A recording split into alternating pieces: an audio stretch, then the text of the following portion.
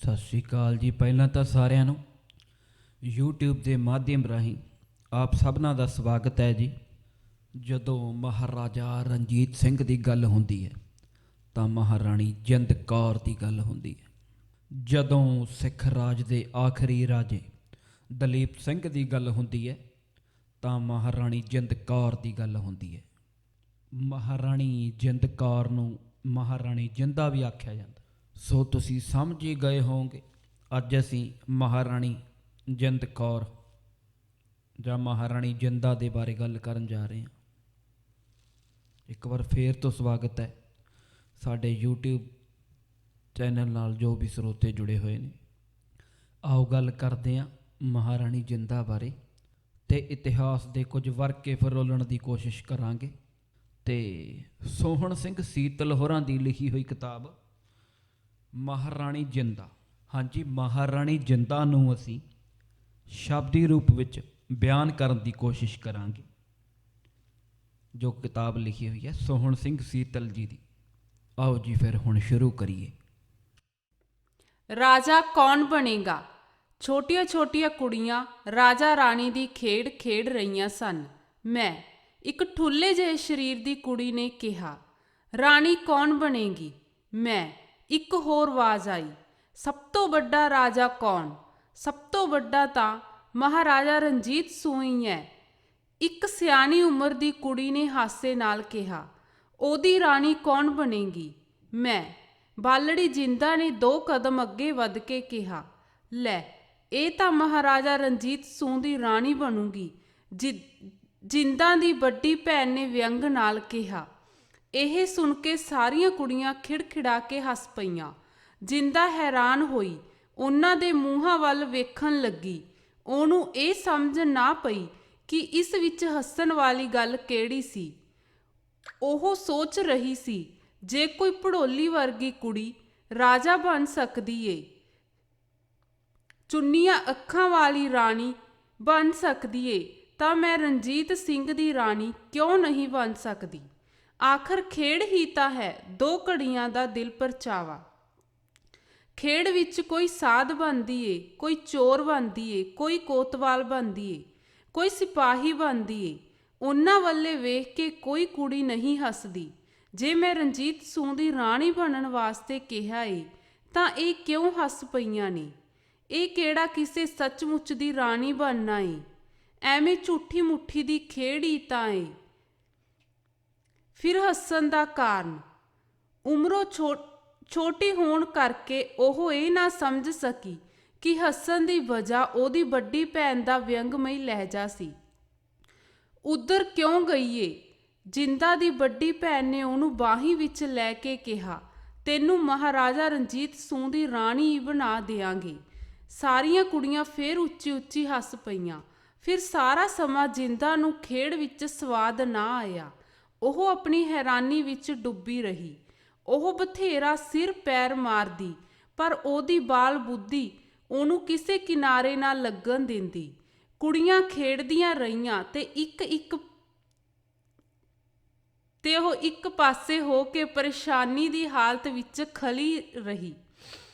ਮਾਂ, ਲੈ ਜਿੰਦਾ ਨੂੰ ਤਾਂ ਮਹਾਰਾਜਾ ਰਣਜੀਤ ਸਿੰਘ ਨਾਲ ਮੰਗ ਦਿਓ, ਇਹਨੇ ਉਹਦੀ ਰਾਣੀ ਬਣਨਾ ਜੇ। ਘਰ ਜਾ ਕੇ ਜਿੰਦਾ ਦੀ ਵੱਡੀ ਭੈਣ ਨੇ ਹਾਸੇ ਨਾਲ ਕਿਹਾ, ਕਿਉਂ ਰਾਣੀਆਂ ਕਿਤੇ ਇਹਦੇ ਨਾਲੋਂ ਚੰਗੀਆਂ ਨੇ। ਮਾਂ ਨੇ ਜਿੰਦਾ ਦਾ ਉਤਰਿਆ ਹੋਇਆ ਚਿਹਰਾ ਵੇਖ ਕੇ ਉਹਨੂੰ ਖੁਸ਼ ਕਰਨ ਦੇ ਇਰਾਦੇ ਨਾਲ ਕਿਹਾ, ਆ ਖਾ ਮੇਰੀ ਧੀ ਰਾਣੀ, ਇਹਨੂੰ ਅਸੀਂ ਮਹਾਰਾਜੇ ਦੀ ਵੱਡੀ ਰਾਣੀ ਬਣਾਵਾਂਗੇ। ਮਾਂ ਨੇ ਧੀ ਨੂੰ ਜੱਫੀ ਵਿੱਚ ਲੈ ਕੇ ਪਿਆਰ ਨਾਲ ਉਹਦਾ ਮੂੰਹ ਚੁੰਮ ਲਿਆ। ਮਾਂ, ਅਸੀਂ ਰਾਜਾ ਰਾਣੀ ਖੇਡਦੀਆਂ ਸਾਂ ਪਈਆਂ। ਧੌਲੀ ਨੇ ਪੁੱਛਿਆ, ਰਾਜਾ ਕੌਣ ਬਣੇਗਾ। ਤੇਲੀਆਂ ਦੀ ਭੜੋਲੀ ਜਿਹੀ ਰੀਮੂ ਆਂਦੀ, ਮੈਂ ਬਣਾਂਗੀ। ਫਿਰ ਧੌਲੀ ਨੇ ਪੁੱਛਿਆ, ਰਾਣੀ ਕੌਣ ਬਣੇਗੀ। ਉਹ ਚੁੰਨੀ ਜਿਹੀ ਸੰਤੀ ਬਣ ਗਈ। ਉਹ ਨਾ ਮੂੰਹ ਨਾ ਮੱਥਾ ਤੇ ਜਿੰਨ ਪਹਾੜੋਂ ਲੱਥਾ। ਜਿੰਦਾ ਨੇ ਮੱਥੇ ਉੱਤੇ ਤਿਉੜੀ ਪਾ ਕੇ ਪੁੱਠਾ ਹੱਥ ਦਿੰਦਿਆਂ ਕਿਹਾ, ਉਹ ਸੰਤੀ ਨੂੰ ਰਾਣੀ ਬਣਨ ਦੇ ਯੋਗ ਨਹੀਂ ਸੀ ਸਮਝਦੀ। ਫਿਰ ਮੈਂ ਕੀ ਬਣਦੀ। ਧੌਲੀ ਨੇ ਆਖਿਆ, ਹੈ ਆਖਿਆ, ਸਭ ਤੋਂ ਵੱਡੇ ਰਾਜੇ ਰਣਜੀਤ ਸੂਹ ਦੀ ਰਾਣੀ ਕੌਣ ਬਣੇਗੀ? ਮੈਂ ਆਖ ਦਿੱਤਾ, ਮੈਂ। ਤੇ ਇਹ ਬੁੱਧ ਬੁਲੇਟ ਹੀ ਕਰਕੇ ਹੱਸੀ ਜਾਈ। ਜਿੰਦਾ ਨੇ ਭੈਣ ਵੱਲੇ ਹੱਥ ਕਰਕੇ ਕਿਹਾ, ਵੱਧ ਕੇ ਕੋਠੇ ਜਿੱਡੀ ਹੋ ਚੱਲੀਏ ਤੇ ਅਕਲ ਮਾਸਾ ਨਹੀਂ ਇਹਨੂੰ। ਜਿੰਦਾ ਨੂੰ ਵੱਡੀ ਭੈਣ ਦੀ ਮੂਰਖਤਾ ਉੱਤੇ ਗੁੱਸਾ ਆ ਰਿਹਾ ਸੀ। ਇਹਨੂੰ ਅਕਲ ਕਿੱਥੇ, ਇਹ ਤਾਂ ਨਿਰੀ ਬੁੱਧੀ ਏ।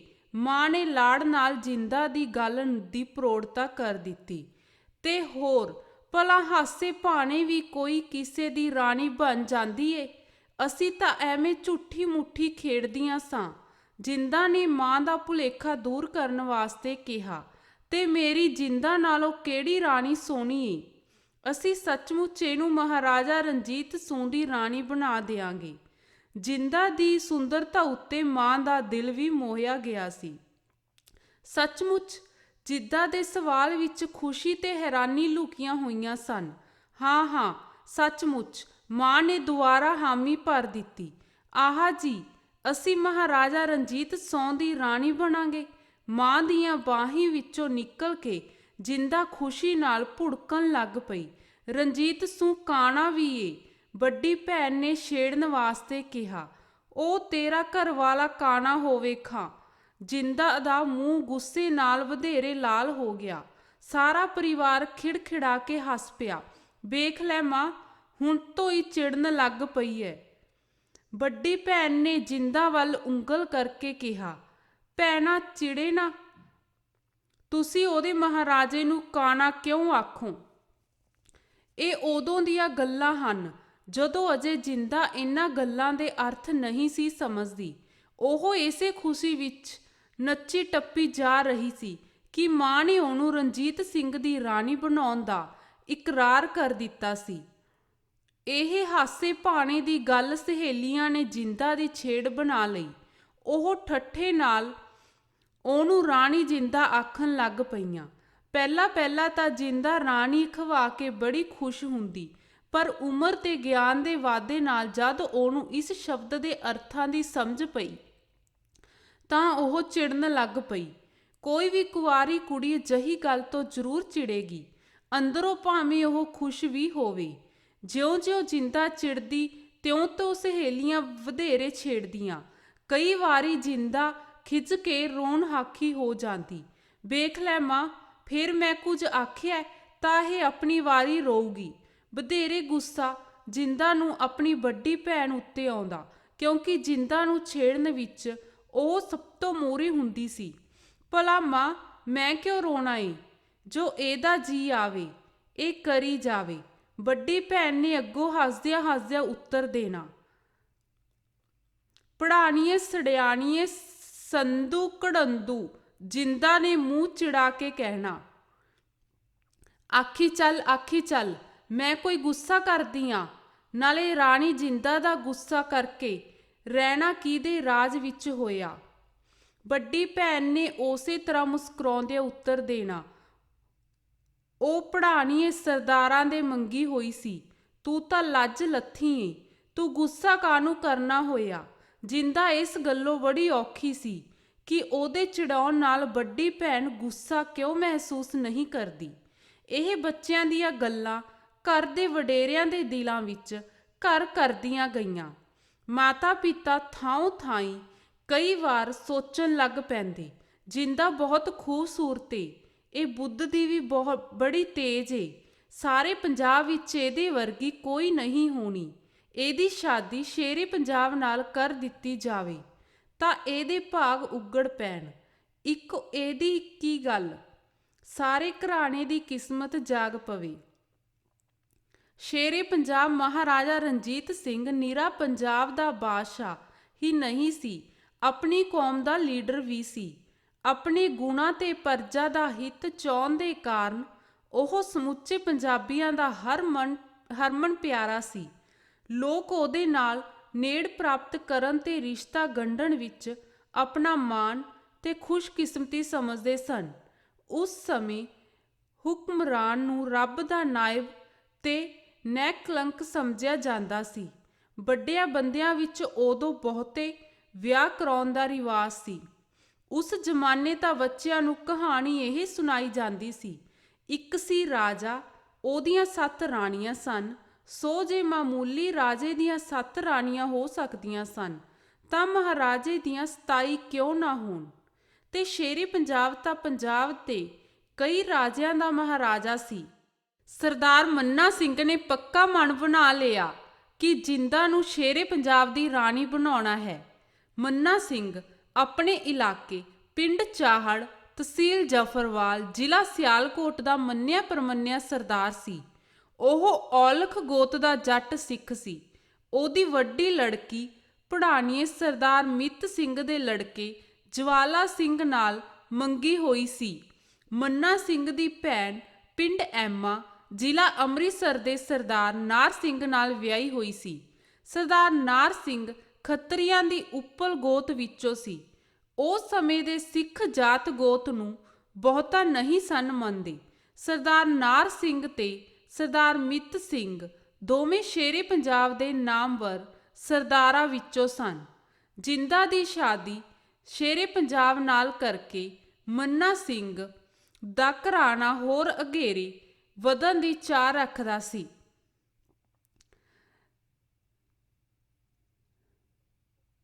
ਜਿੰਦਾ ਦੀ ਪਾਲਣਾ ਬੜੇ ਸੁਚੱਜੇ ਢੰਗ ਨਾਲ ਕੀਤੀ ਗਈ। ਧਾਰਮਿਕ ਵਿਦਿਆ ਦੇ ਨਾਲ ਨਾਲ ਉਹਨੂੰ ਇਤਿਹਾਸ ਤੇ ਕੁਝ ਰਾਜਨੀਤੀ ਦੇ ਗ੍ਰੰਥ ਵੀ ਪੜ੍ਹਾਏ ਗਏ।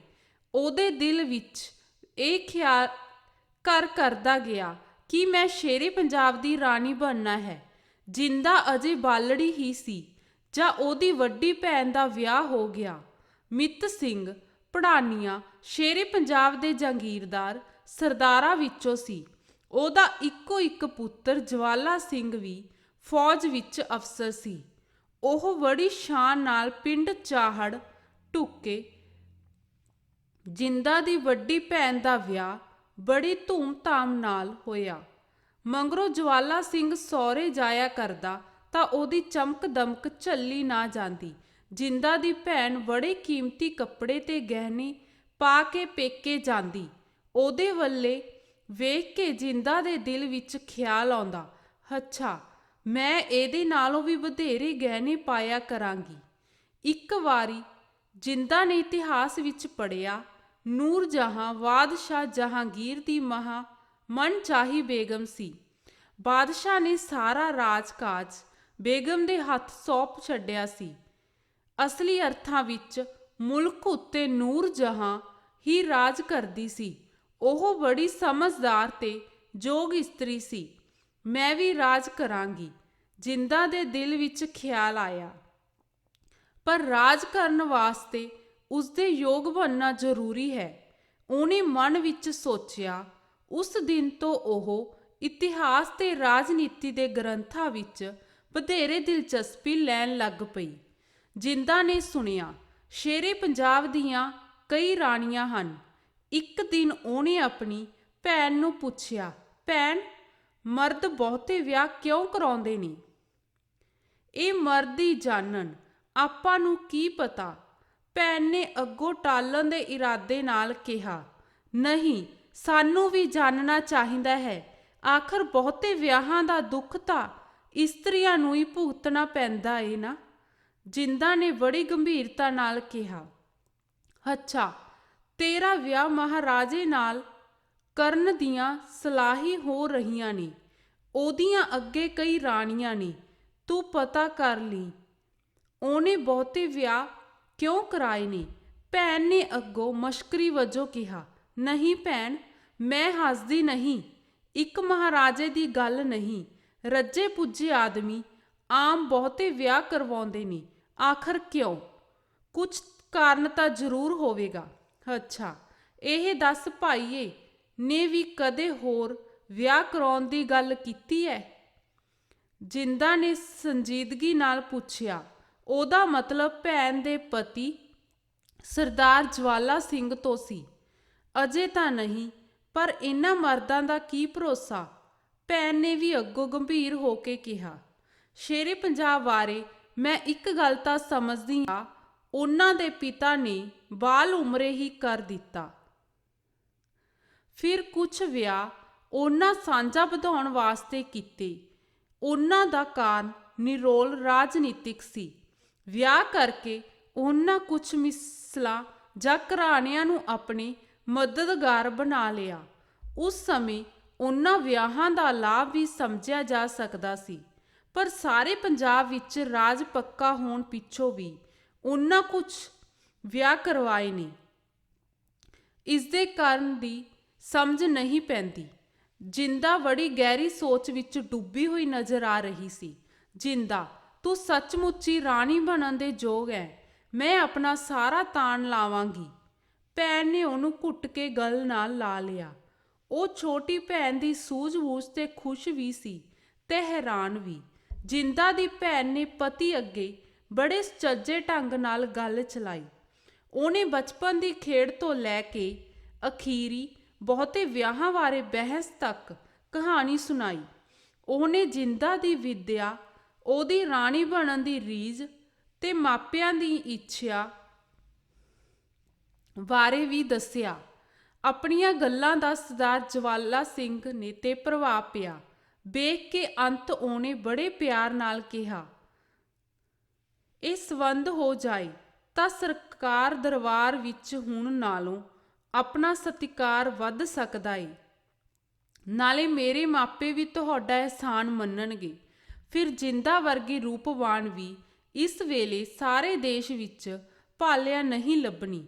ਗੱਲ ਸਰਦਾਰ ਜਵਾਲਾ ਸਿੰਘ ਦੇ ਦਿਲ ਲੱਗੀ। ਉਹ ਸ਼ੇਰੇ ਪੰਜਾਬ ਦਾ ਲਗਭਗ ਹਾਣੀ ਤੇ ਮੂੰਹ ਲੱਗੇ ਸਰਦਾਰਾਂ ਵਿੱਚੋਂ ਸੀ।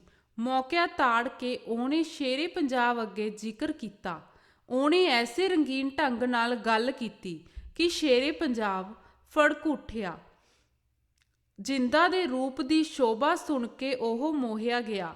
ਮੁੱਕਦੀ ਗੱਲ, ਸਰਦਾਰ ਜਵਾਲਾ ਸਿੰਘ ਜੀ ਦੇ ਵਿਚੋਲਪੁਣੇ ਦਾ ਨਤੀਜਾ ਜਿੰਦਾ ਦਾ ਰਿਸ਼ਤਾ ਸ਼ੇਰੇ ਪੰਜਾਬ ਨਾਲ ਪੱਕਾ ਹੋ ਗਿਆ। ਇਹ ਖਬਰ ਸੁਣ ਕੇ ਇੱਕ ਪਿੰਡ ਚਾਹੜ ਛੱਡਿਆ। ਸਾਰੇ ਇਲਾਕੇ ਵਿੱਚ ਖੁਸ਼ੀ ਦੀ ਲਹਿਰ ਦੌੜ ਗਈ।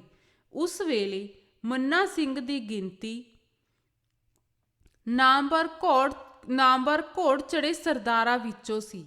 ਸਾਰੇ ਪੰਜਾਬ ਦੇ 94 ਸਰਦਾਰ ਤੇ ਨਵਾਬ ਸ਼ੇਰੇ ਪੰਜਾਬ ਦੀ ਜੰਗ ਨਾਲ ਆਏ। ਜਿੰਦਾ ਦਾ ਵਿਆਹ ਬੜੀ ਧੂਮ-ਧਾਮ ਨਾਲ ਹੋਇਆ। ਉਹਦੇ ਮਨ ਦੀ ਮੁਰਾਦ ਪੂਰੀ ਹੋ ਗਈ। ਡੋਲੇ ਵਿੱਚ ਬੈਠੀ ਉਹ ਆਪਣੇ ਲੱਖਾਂ ਰੁਪਏ ਦੇ ਗਹਿਣਿਆਂ ਵੱਲ ਵੇਖ ਰਹੀ ਸੀ। ਮਾਪਿਆਂ ਦੀ ਜਿੰਦਾ ਰਾਣੀ ਜਿੰਦ ਕੌਰ ਬਣ ਕੇ ਲਾਹੌਰ ਆ ਗਈ। ਕਿਲੇ ਵਿੱਚ ਉਹਦੇ ਵਾਸਤੇ ਵੱਖਰਾ ਮਹਿਲ ਬਣਵਾਇਆ ਗਿਆ ਜੋ ਪੁਰਾਣੇ ਸੰਮਨ ਬੁਰਜ ਦੇ ਨਾਲ ਸੀ। ਮਹਿਲ ਬਾਹਰੋਂ ਬੜਾ ਸਾਦਾ ਸੀ, ਪਰ ਅੰਦਰੋਂ ਪੂਰੀ ਸ਼ਾਨ ਨਾਲ ਸਜਾਇਆ ਹੋਇਆ। ਫਰਸ਼ ਉੱਤੇ ਵਧੀਆ ਗਲੀਚੇ ਵਿਛੇ ਹੋਏ ਸਨ ਜੋ ਕਸ਼ਮੀਰ ਦੀ ਕਾਰੀਗਰੀ ਦਾ ਆਲਾ ਨਮੂਨਾ ਸਨ।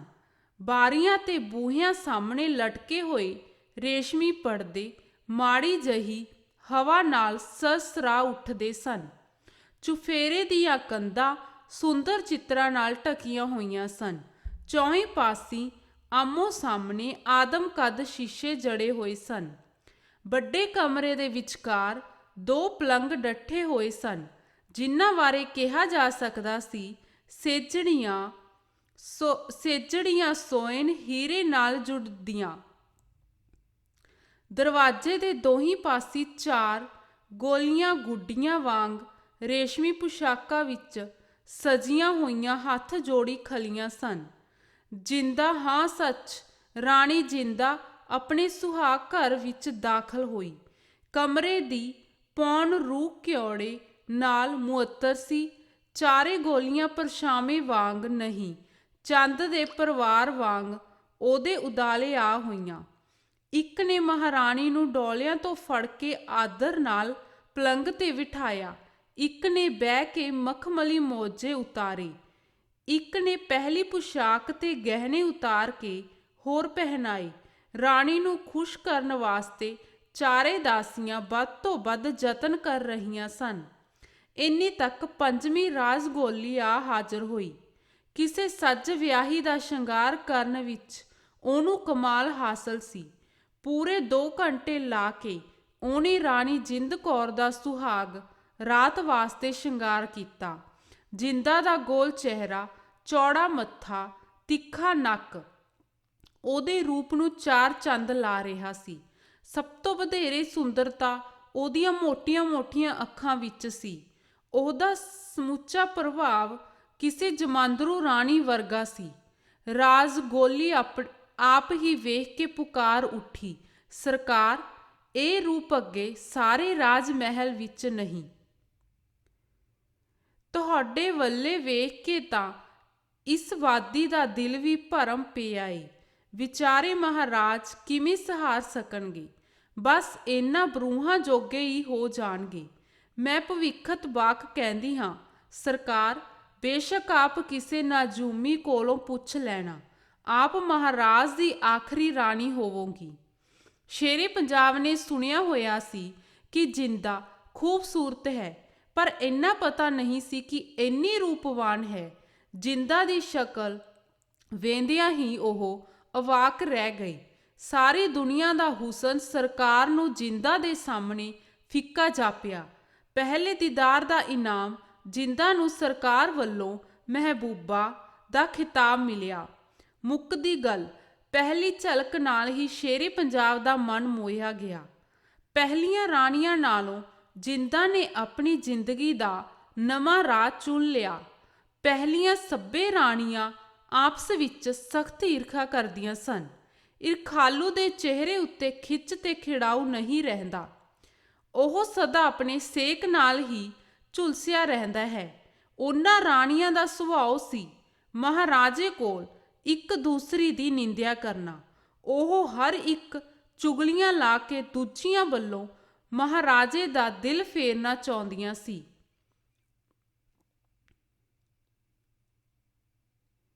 ਮਹਾਰਾਜ ਕਈ ਵਾਰ ਉਹਨਾਂ ਦੀਆਂ ਅਜਿਹੀਆਂ ਗੱਲਾਂ ਸੁਣ ਤੰਗ ਆ ਜਾਂਦੇ ਸਨ। ਉਹ ਉਹਨਾਂ ਸਾਰੀਆਂ ਦਾ ਥਾਈਂ ਆਦਰ ਸਤਿਕਾਰ ਕਰਦੇ ਸਨ, ਪਰ ਕਿਸੇ ਇੱਕ ਵੱਲੋਂ ਵੀ ਪੂਰੇ ਦਿਲੋਂ ਸੰਤੁਸ਼ਟ ਨਹੀਂ ਸਨ। ਸ਼ਾਇਦ ਇਹ ਕਾਰਨ ਹੋਵੇ ਸ਼ੇਰੇ ਪੰਜਾਬ ਦੇ ਹੋਰ ਸ਼ਾਦੀਆਂ ਕਰਾਉਣ ਦਾ। ਜਿੰਦਾ ਨੇ ਈਰਖਾ ਦੀ ਥਾਂ ਪਿਆਰ ਵਾਲਾ ਰਾਹ ਚੁਣਿਆ। ਉਹਨੇ ਸਾਰੀਆਂ ਰਾਣੀਆਂ ਨਾਲ ਮੇਲ ਮਿਲਾਪ ਤੇ ਸਤਿਕਾਰ ਭਰਿਆ ਵਰਤਾਓ ਰੱਖਣਾ ਸ਼ੁਰੂ ਕੀਤਾ। ਨੌਕਰਾਂ ਚਾਕਰਾਂ ਨਾਲ ਵੀ ਉਹ ਦਿਆਲਤਾ ਭਰਿਆ ਸਲੂਕ ਕਰਦੀ। ਇਸ ਚੰਗੇ ਸੁਭਾਅ ਦਾ ਕਾਰਨ ਉਹ ਸਾਰੇ ਰਾਜ ਮਹਿਲ ਵਿੱਚ ਹਰਮਨ ਪਿਆਰੀ ਬਣ ਗਈ। ਸ਼ੇਰੇ ਪੰਜਾਬ ਹਰ ਵੇਲੇ ਉਸ ਨੂੰ ਮਹਿਬੂਬਾ ਕਹਿ ਕੇ ਪੁਕਾਰਦੀ। ਇੱਕ ਰਾਤ ਮਹਾਰਾਜ ਨੇ ਪੁੱਛਿਆ, ਮਹਿਬੂਬਾ ਜਾਨ, ਦੂਜੀਆਂ ਰਾਣੀਆਂ ਬਾਰੇ ਤੁਹਾਡੇ ਕੀ ਖਿਆਲ ਹਨ? ਮਹਾਰਾਜ, ਉਹ ਸਭੇ ਮੇਰੀਆਂ ਵੱਡੀਆਂ ਭੈਣਾਂ ਹਨ। ਜਿੰਦਾ ਨੇ ਬੜੀ ਸੁੰਗੜ ਅਦਾ ਨਾਲ ਸਿਰ ਝੁਕਾ ਕੇ ਕਿਹਾ, ਤੁਸੀਂ ਜਾਣਦੇ ਹੋ ਰਾਜ ਮਹਿਲ ਵਿੱਚ ਕੀ ਕੂਟਨੀਤੀ ਚੱਲਦੀ ਏ। ਸਰਕਾਰ, ਜਿੰਦਾ ਨੇ ਅੱਗੋਂ ਸਿਰਫ ਹੁੰਗਾਰਾ ਭਰਿਆ। ਇਹ ਉਹਦੀ ਤਿੱਖੀ ਸੂਝ ਦਾ ਸਬੂਤ ਸੀ। ਹਰ ਰਾਣੀ ਆਪਣੀ ਸ਼ਕਤੀ ਵਧਾਉਣ ਵਾਸਤੇ ਦੂਜੀ ਨਾਲ ਈਰਖਾ ਕਰਦੀ ਹੈ, ਦੂਸਰੀ ਦੀਆਂ ਚੁਗਲੀਆਂ ਕਰਦੀ ਏ। ਤੁਹਾਨੂੰ ਕਿਸੇ ਪਹਿਲੀ ਰਾਣੀ ਦੇ ਖਿਲਾਫ ਕੋਈ ਸ਼ਿਕਾਇਤ ਹੋਵੇ? ਨਾਲ ਹੀ ਸ਼ੇਰੇ ਪੰਜਾਬ ਬੜੀ ਗਹਿਰੀ ਨਜ਼ਰ ਨਾਲ ਜਿੰਦਾ ਦੇ ਚਿਹਰੇ ਦੇ ਭਾਵ ਪੜ੍ਹ ਰਹੇ ਸਨ। ਨਹੀਂ ਸਰਕਾਰ, ਮੈਨੂੰ ਕਿਸੇ ਦੇ ਖਿਲਾਫ ਸ਼ਿਕਾਇਤ ਨਹੀਂ। ਮੈਂ ਸਭ ਦੀ ਛੋਟੀ ਭੈਣ ਹਾਂ ਤੇ ਛੋਟੀ ਭੈਣ ਦੇ ਵਿਰੁੱਧ ਕਿਸੇ ਕੀ ਚੁਗਲੀ ਕਰਨੀ ਹੋਈ। ਜਿੰਦਾ ਨੇ ਸਹਿਜ ਸੁਭਾਅ ਉੱਤਰ ਦਿੱਤਾ, ਸੁਣਿਆ ਏ ਰਾਣੀ ਪਹਾੜਨ ਕਈ ਵਾਰ ਤੁਹਾਡੇ ਮਹਿਲ ਵਿੱਚ ਆਇਆ ਕਰਦੀ ਏ। ਹਾਂ ਸਰਕਾਰ, ਮੈਂ ਉਹਨਾਂ ਦੀ ਇਸ ਕਿਰਪਾ ਲਈ ਧੰਨਵਾਦੀ ਹਾਂ। ਜਿੰਦਾ ਦੇ ਕਹਿਣ ਢੰਗ ਵਿੱਚੋਂ ਵੀ ਧੰਨਵਾਦ ਪ੍ਰਗਟ ਹੋ ਰਿਹਾ ਸੀ, ਪਰ ਉਸਦਾ ਸੁਭਾਅ ਬੜਾ ਸਖਤ ਏ। ਉਹ ਛੋਟੀ ਗੱਲੋਂ ਦੂਜਿਆਂ ਨੂੰ ਨੋਕ ਟੋਕ ਕਰਨ ਲੱਗ ਪੈਂਦੀ ਏ। ਕਦੇ ਤੁਹਾਡੇ ਨਾਲ ਵੀ ਕੋਈ ਸਖਤ ਸਲੂਕ? ਮਹਾਰਾਜ, ਮੇਰੇ ਨਾਲ ਤਾਂ ਉਹ ਬੜਾ ਪਿਆਰ ਭਰਿਆ ਵਰਤਾਓ ਕਰਦੇ ਨੇ। ਉਹ ਮੈਥੋਂ ਵੱਡੀ ਥਾਂ ਨਹੀਂ। ਜੇ ਕਿਸੇ ਭੁੱਲ ਤੋਂ ਮੈਨੂੰ ਝਿੜਕ ਵੀ ਲੈਣ ਤਾਂ ਉਹਨਾਂ ਦਾ ਹੱਕ ਏ। ਉਹ ਪਿਆਰੀ ਜਿੰਦਾ, ਉਹ ਮੇਰੀ ਮਹਿਬੂਬਾ, ਤੇਰਾ ਦਿਲ ਕਿੰਨਾ ਵੱਡਾ ਏ। ਤੁਸੀਂ ਕਿਸੇ ਨੂੰ ਵੀ ਘਿਰਨਾ ਕਰਨਾ ਨਹੀਂ ਜਾਣਦੀ। ਸਰਕਾਰ, ਜਿਸ ਦਿਲ ਵਿੱਚ ਮਹਾਰਾਜ ਦਾ ਪਿਆਰ ਵਸ ਗਿਆ ਏ, ਉਸ ਵਿੱਚ ਘਿਰਨਾ ਜਾਂ ਈਰਖਾ ਵਾਸਤੇ ਗੁੰਜਾਇਸ਼ ਹੀ ਕਿੱਥੇ ਰਹਿ ਗਈ ਏ। ਮੈਂ ਤਾਂ ਜਿੰਦਾ ਨੇ ਸ਼ਰਧਾ ਨਾਲ ਸ਼ੇਰੇ ਪੰਜਾਬ ਦੇ ਚਰਨਾਂ ਤੇ ਸਿਰ ਝੁਕਾ ਦਿੱਤਾ। ਤੁਸਾਂ ਸਰਕਾਰ ਦਾ ਮਨ ਮੋਹ ਲਿਆ ਹੈ। ਸਰਕਾਰ ਤੁਹਾਨੂੰ ਪੂਰੇ ਦਿਲ ਨਾਲ ਪਿਆਰ ਕਰਦੀ ਏ। ਸ਼ੇਰੇ ਪੰਜਾਬ ਨੇ ਆਪਣਾ ਆਪ ਭੁੱਲ ਕੇ ਜਿੰਦਾ ਨੂੰ ਛਾਤੀ ਨਾਲ ਲਾ ਲਿਆ। ਇਹ ਦਿਨ ਜਿੰਦਾ ਵਾਸਤੇ ਖੁਸ਼ੀ ਦੇ ਸਨ। ਸ਼ੇਰੇ ਪੰਜਾਬ ਉਸ ਨੂੰ ਪੂਰੇ ਦਿਲੋਂ ਪਿਆਰ ਕਰਦੇ ਸਨ। ਉਹ ਇੱਕ ਦਿਨ ਵੀ ਜਿੰਦਾ ਦਾ ਮੁਖ ਵੇਖੇ ਬਿਨਾਂ ਨਹੀਂ ਸੀ ਕੱਟ ਸਕਦੇ। ਜਿੰਦਾ ਨੂੰ ਪ੍ਰਾਪਤ ਕਰਨ ਕਰਕੇ ਉਹ ਸਾਰੀ ਦੁਨੀਆ ਦੇ ਹੁਸਨ ਨੂੰ ਭੁੱਲ ਗਏ ਸਨ। ਜਿੰਦਾ ਦੇ ਪਿੱਛੋਂ ਹੋਰ ਵਿਆਹ ਕਰਾਉਣ ਦੀ ਰੁਚੀ ਹੀ ਸ਼ੇਰੇ ਪੰਜਾਬ ਦੀ ਨਹੀਂ ਸੀ ਰਹੀ। ਜਿੰਦਾ ਨੇ ਉਹਨਾਂ ਦੀਆਂ ਸਾਰੀਆਂ ਰੀਝਾਂ ਉੱਤੇ ਕਾਬੂ ਪਾ ਲਿਆ ਸੀ। ਰਾਜਾ ਧਿਆਨ ਸਿੰਘ ਡੋਗਰਾ ਬੜਾ ਚਲਾਕ ਨੀਤੀਵਾਨ ਸੀ। ਉਹ ਜਾਣਦਾ ਸੀ ਕਿ ਹੁਕਮਰਾਨ ਉੱਤੇ ਹਕੂਮਤ ਕਰਨ ਵਾਸਤੇ ਉਹਨੂੰ ਹੁਸਨ ਤੇ ਸ਼ਰਾਬ ਦਾ ਦੀਵਾਨਾ ਬਣਾਉਣ ਦੀ ਲੋੜ ਹੁੰਦੀ ਹੈ। ਉਹਨੇ ਸ਼ੇਰੇ ਪੰਜਾਬ ਦੇ ਅੰਦਰ ਵੀ ਇਹ ਚੇਟਕ ਪੈਦਾ ਕਰਨ ਦਾ ਯਤਨ ਕੀਤਾ ਸੀ। ਸ਼ੇਰੇ ਪੰਜਾਬ ਦੀਆਂ ਕੁਝ ਰਾਣੀਆਂ ਕੇਵਲ ਧਿਆਨ ਸਿੰਘ ਦੀ ਪ੍ਰੇਰਨਾ ਦਾ ਫਲ ਸੀ। ਉਹ ਨਹੀਂ ਸੀ ਚਾਹੁੰਦਾ ਕਿ ਇਹ ਵਿਆਹਾਂ ਵਾਲਾ ਸਿਲਸਿਲਾ ਬੰਦ ਹੋ ਜਾਏ। ਨਾ ਹੀ ਉਹ ਚਾਹੁੰਦਾ ਸੀ ਕਿ ਕੋਈ ਰਾਣੀ ਸ਼ੇਰੇ ਪੰਜਾਬ ਦੇ ਮਨ ਉੱਤੇ ਆਪਣਾ ਇੰਨਾ ਪ੍ਰਭਾਵ ਬਣਾ ਲਵੇ।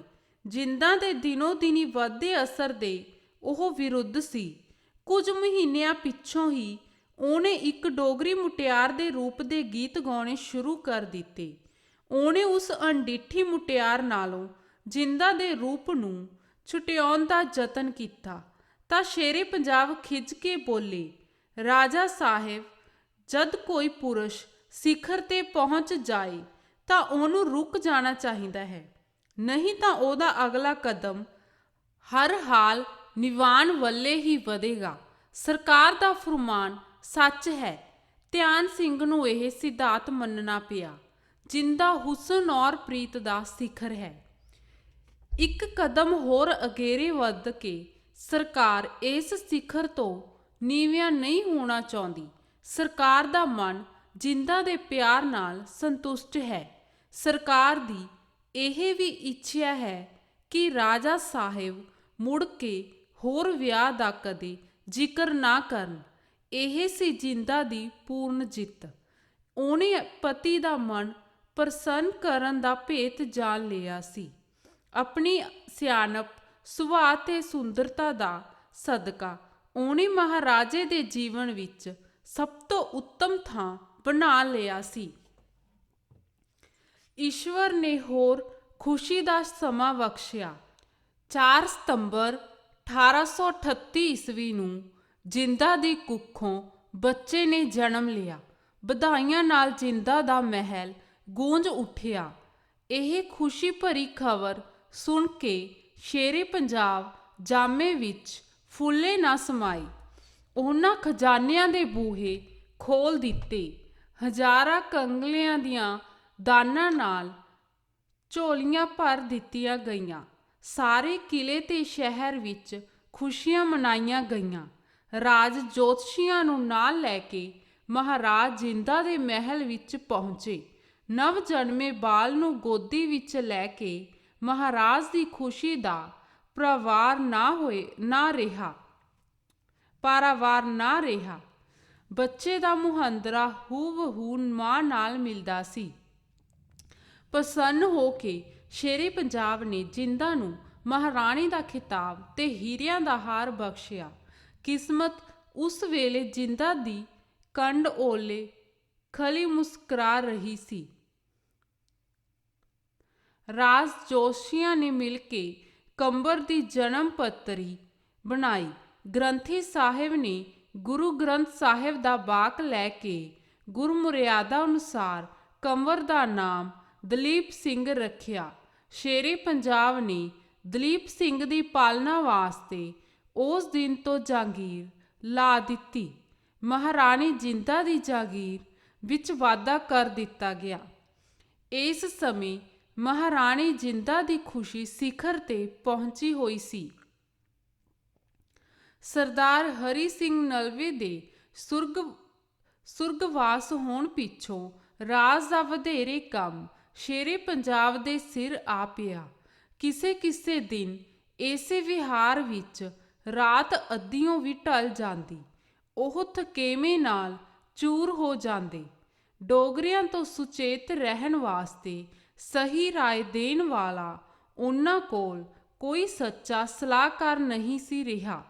ਜਿੰਦਾ ਨੇ ਇਸ ਥੁੜ ਨੂੰ ਮਹਿਸੂਸ ਕੀਤਾ।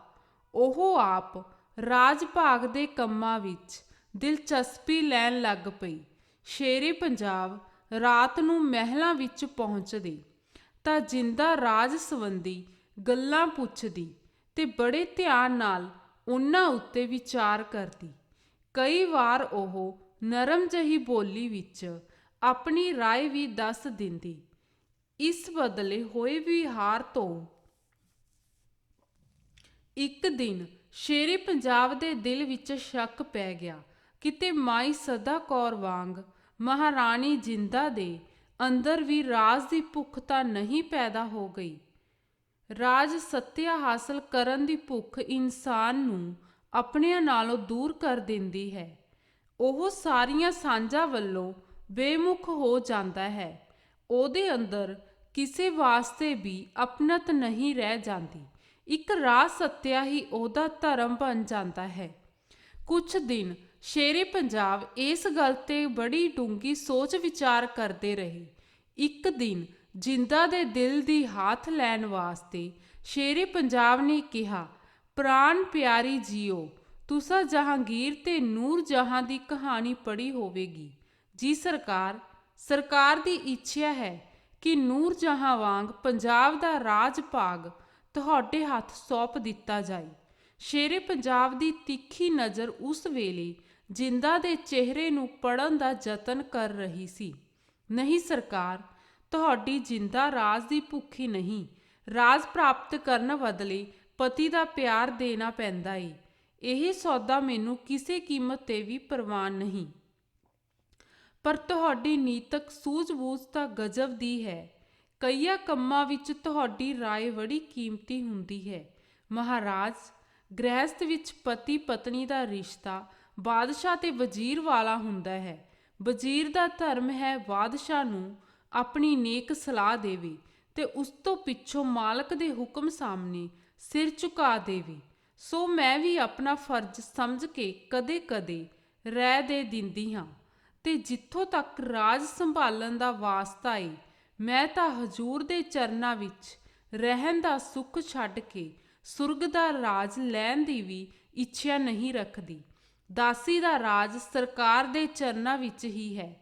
ਸ਼ਰਧਾ ਨਾਲ ਜਿੰਦਾ ਨੇ ਸਿਰ ਝੁਕਾ ਦਿੱਤਾ। ਪ੍ਰਸੰਨ ਹੋ ਕੇ ਮਹਾਰਾਜ ਨੇ ਜਿੰਦਾ ਨੂੰ ਛਾਤੀ ਨਾਲ ਲਾ ਲਿਆ। ਸਰਕਾਰ ਦੇ ਬਹੁਤ ਸਾਰੇ ਭੁਲੇਖੇ ਦੂਰ ਹੋ ਗਏ।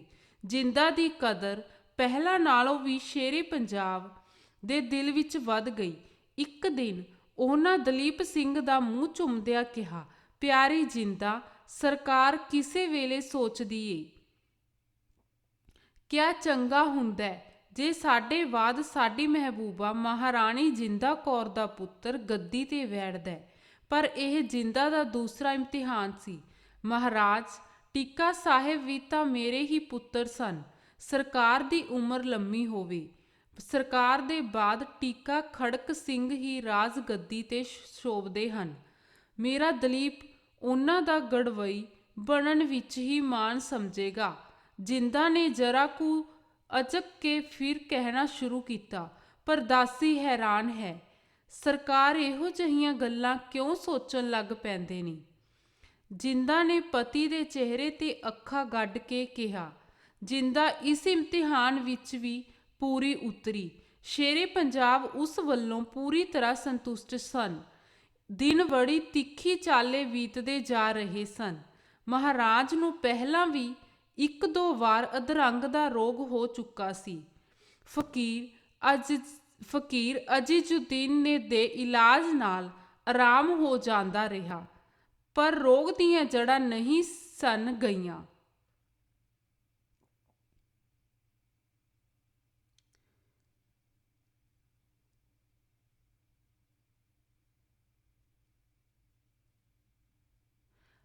1839 ਦੇ ਆਰੰਭ ਵਿੱਚ ਇਹ ਰੋਗ ਫਿਰ ਜਾਗ ਪਿਆ।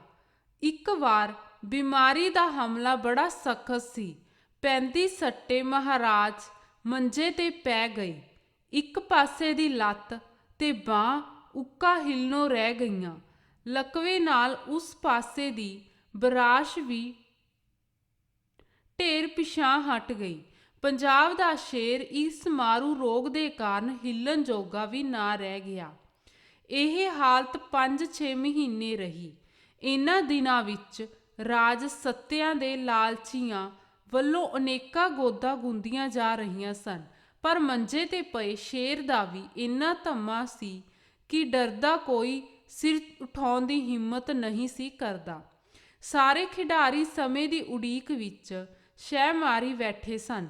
ਕੁਝ ਰਾਣੀਆਂ ਵੀ ਉਹਨਾਂ ਗੋਦਾਂ ਵਿੱਚ ਸ਼ਾਮਿਲ ਸਨ, ਪਰ ਜਿੰਦਾ ਨੇ ਆਪਣੀਆਂ ਸਾਰੀਆਂ ਸ਼ਕਤੀਆਂ ਮਹਾਰਾਜ ਦੀ ਸੇਵਾ ਸੰਭਾਲ ਵਿੱਚ ਲਾਈਆਂ ਹੋਈਆਂ ਸਨ। ਉਹ ਲਗਾਤਾਰ ਕਈ ਦਿਨ ਤੇ ਕਈ ਰਾਤਾਂ ਮਹਾਰਾਜ ਦੇ ਮੰਜੇ ਦੀ ਬਾਹੀ ਫੜ ਕੇ ਬੈਠੀ ਰਹਿੰਦੀ। ਉਸ ਦੀ ਕਠਨ ਤਪੱਸਿਆ ਵੇਖ ਕੇ ਮਹਾਰਾਜ ਕਈ ਵਾਰ ਪੁੱਛਦੇ, ਮਹਾਰਾਣੀ ਜੀਓ, ਆਸ ਨਹੀਂ ਕਿ ਇਸ ਵਾਰ ਰੋਗ ਛੱਡ ਕੇ ਚਲਾ ਜਾਏ। ਤੁਸੀਂ ਆਪਣੇ ਵਾਸਤੇ ਜਾਂ ਆਪਣੇ ਪੁੱਤਰ ਵਾਸਤੇ ਕੁਝ ਮੰਗ ਲਵੋ। ਮਹਾਰਾਜ, ਇੱਕ ਸਰਕਾਰ ਦੀ ਜ਼ਿੰਦਗੀ ਤੋਂ ਬਿਨਾਂ ਹੋਰ ਕੁਝ ਨਹੀਂ ਚਾਹੀਦਾ।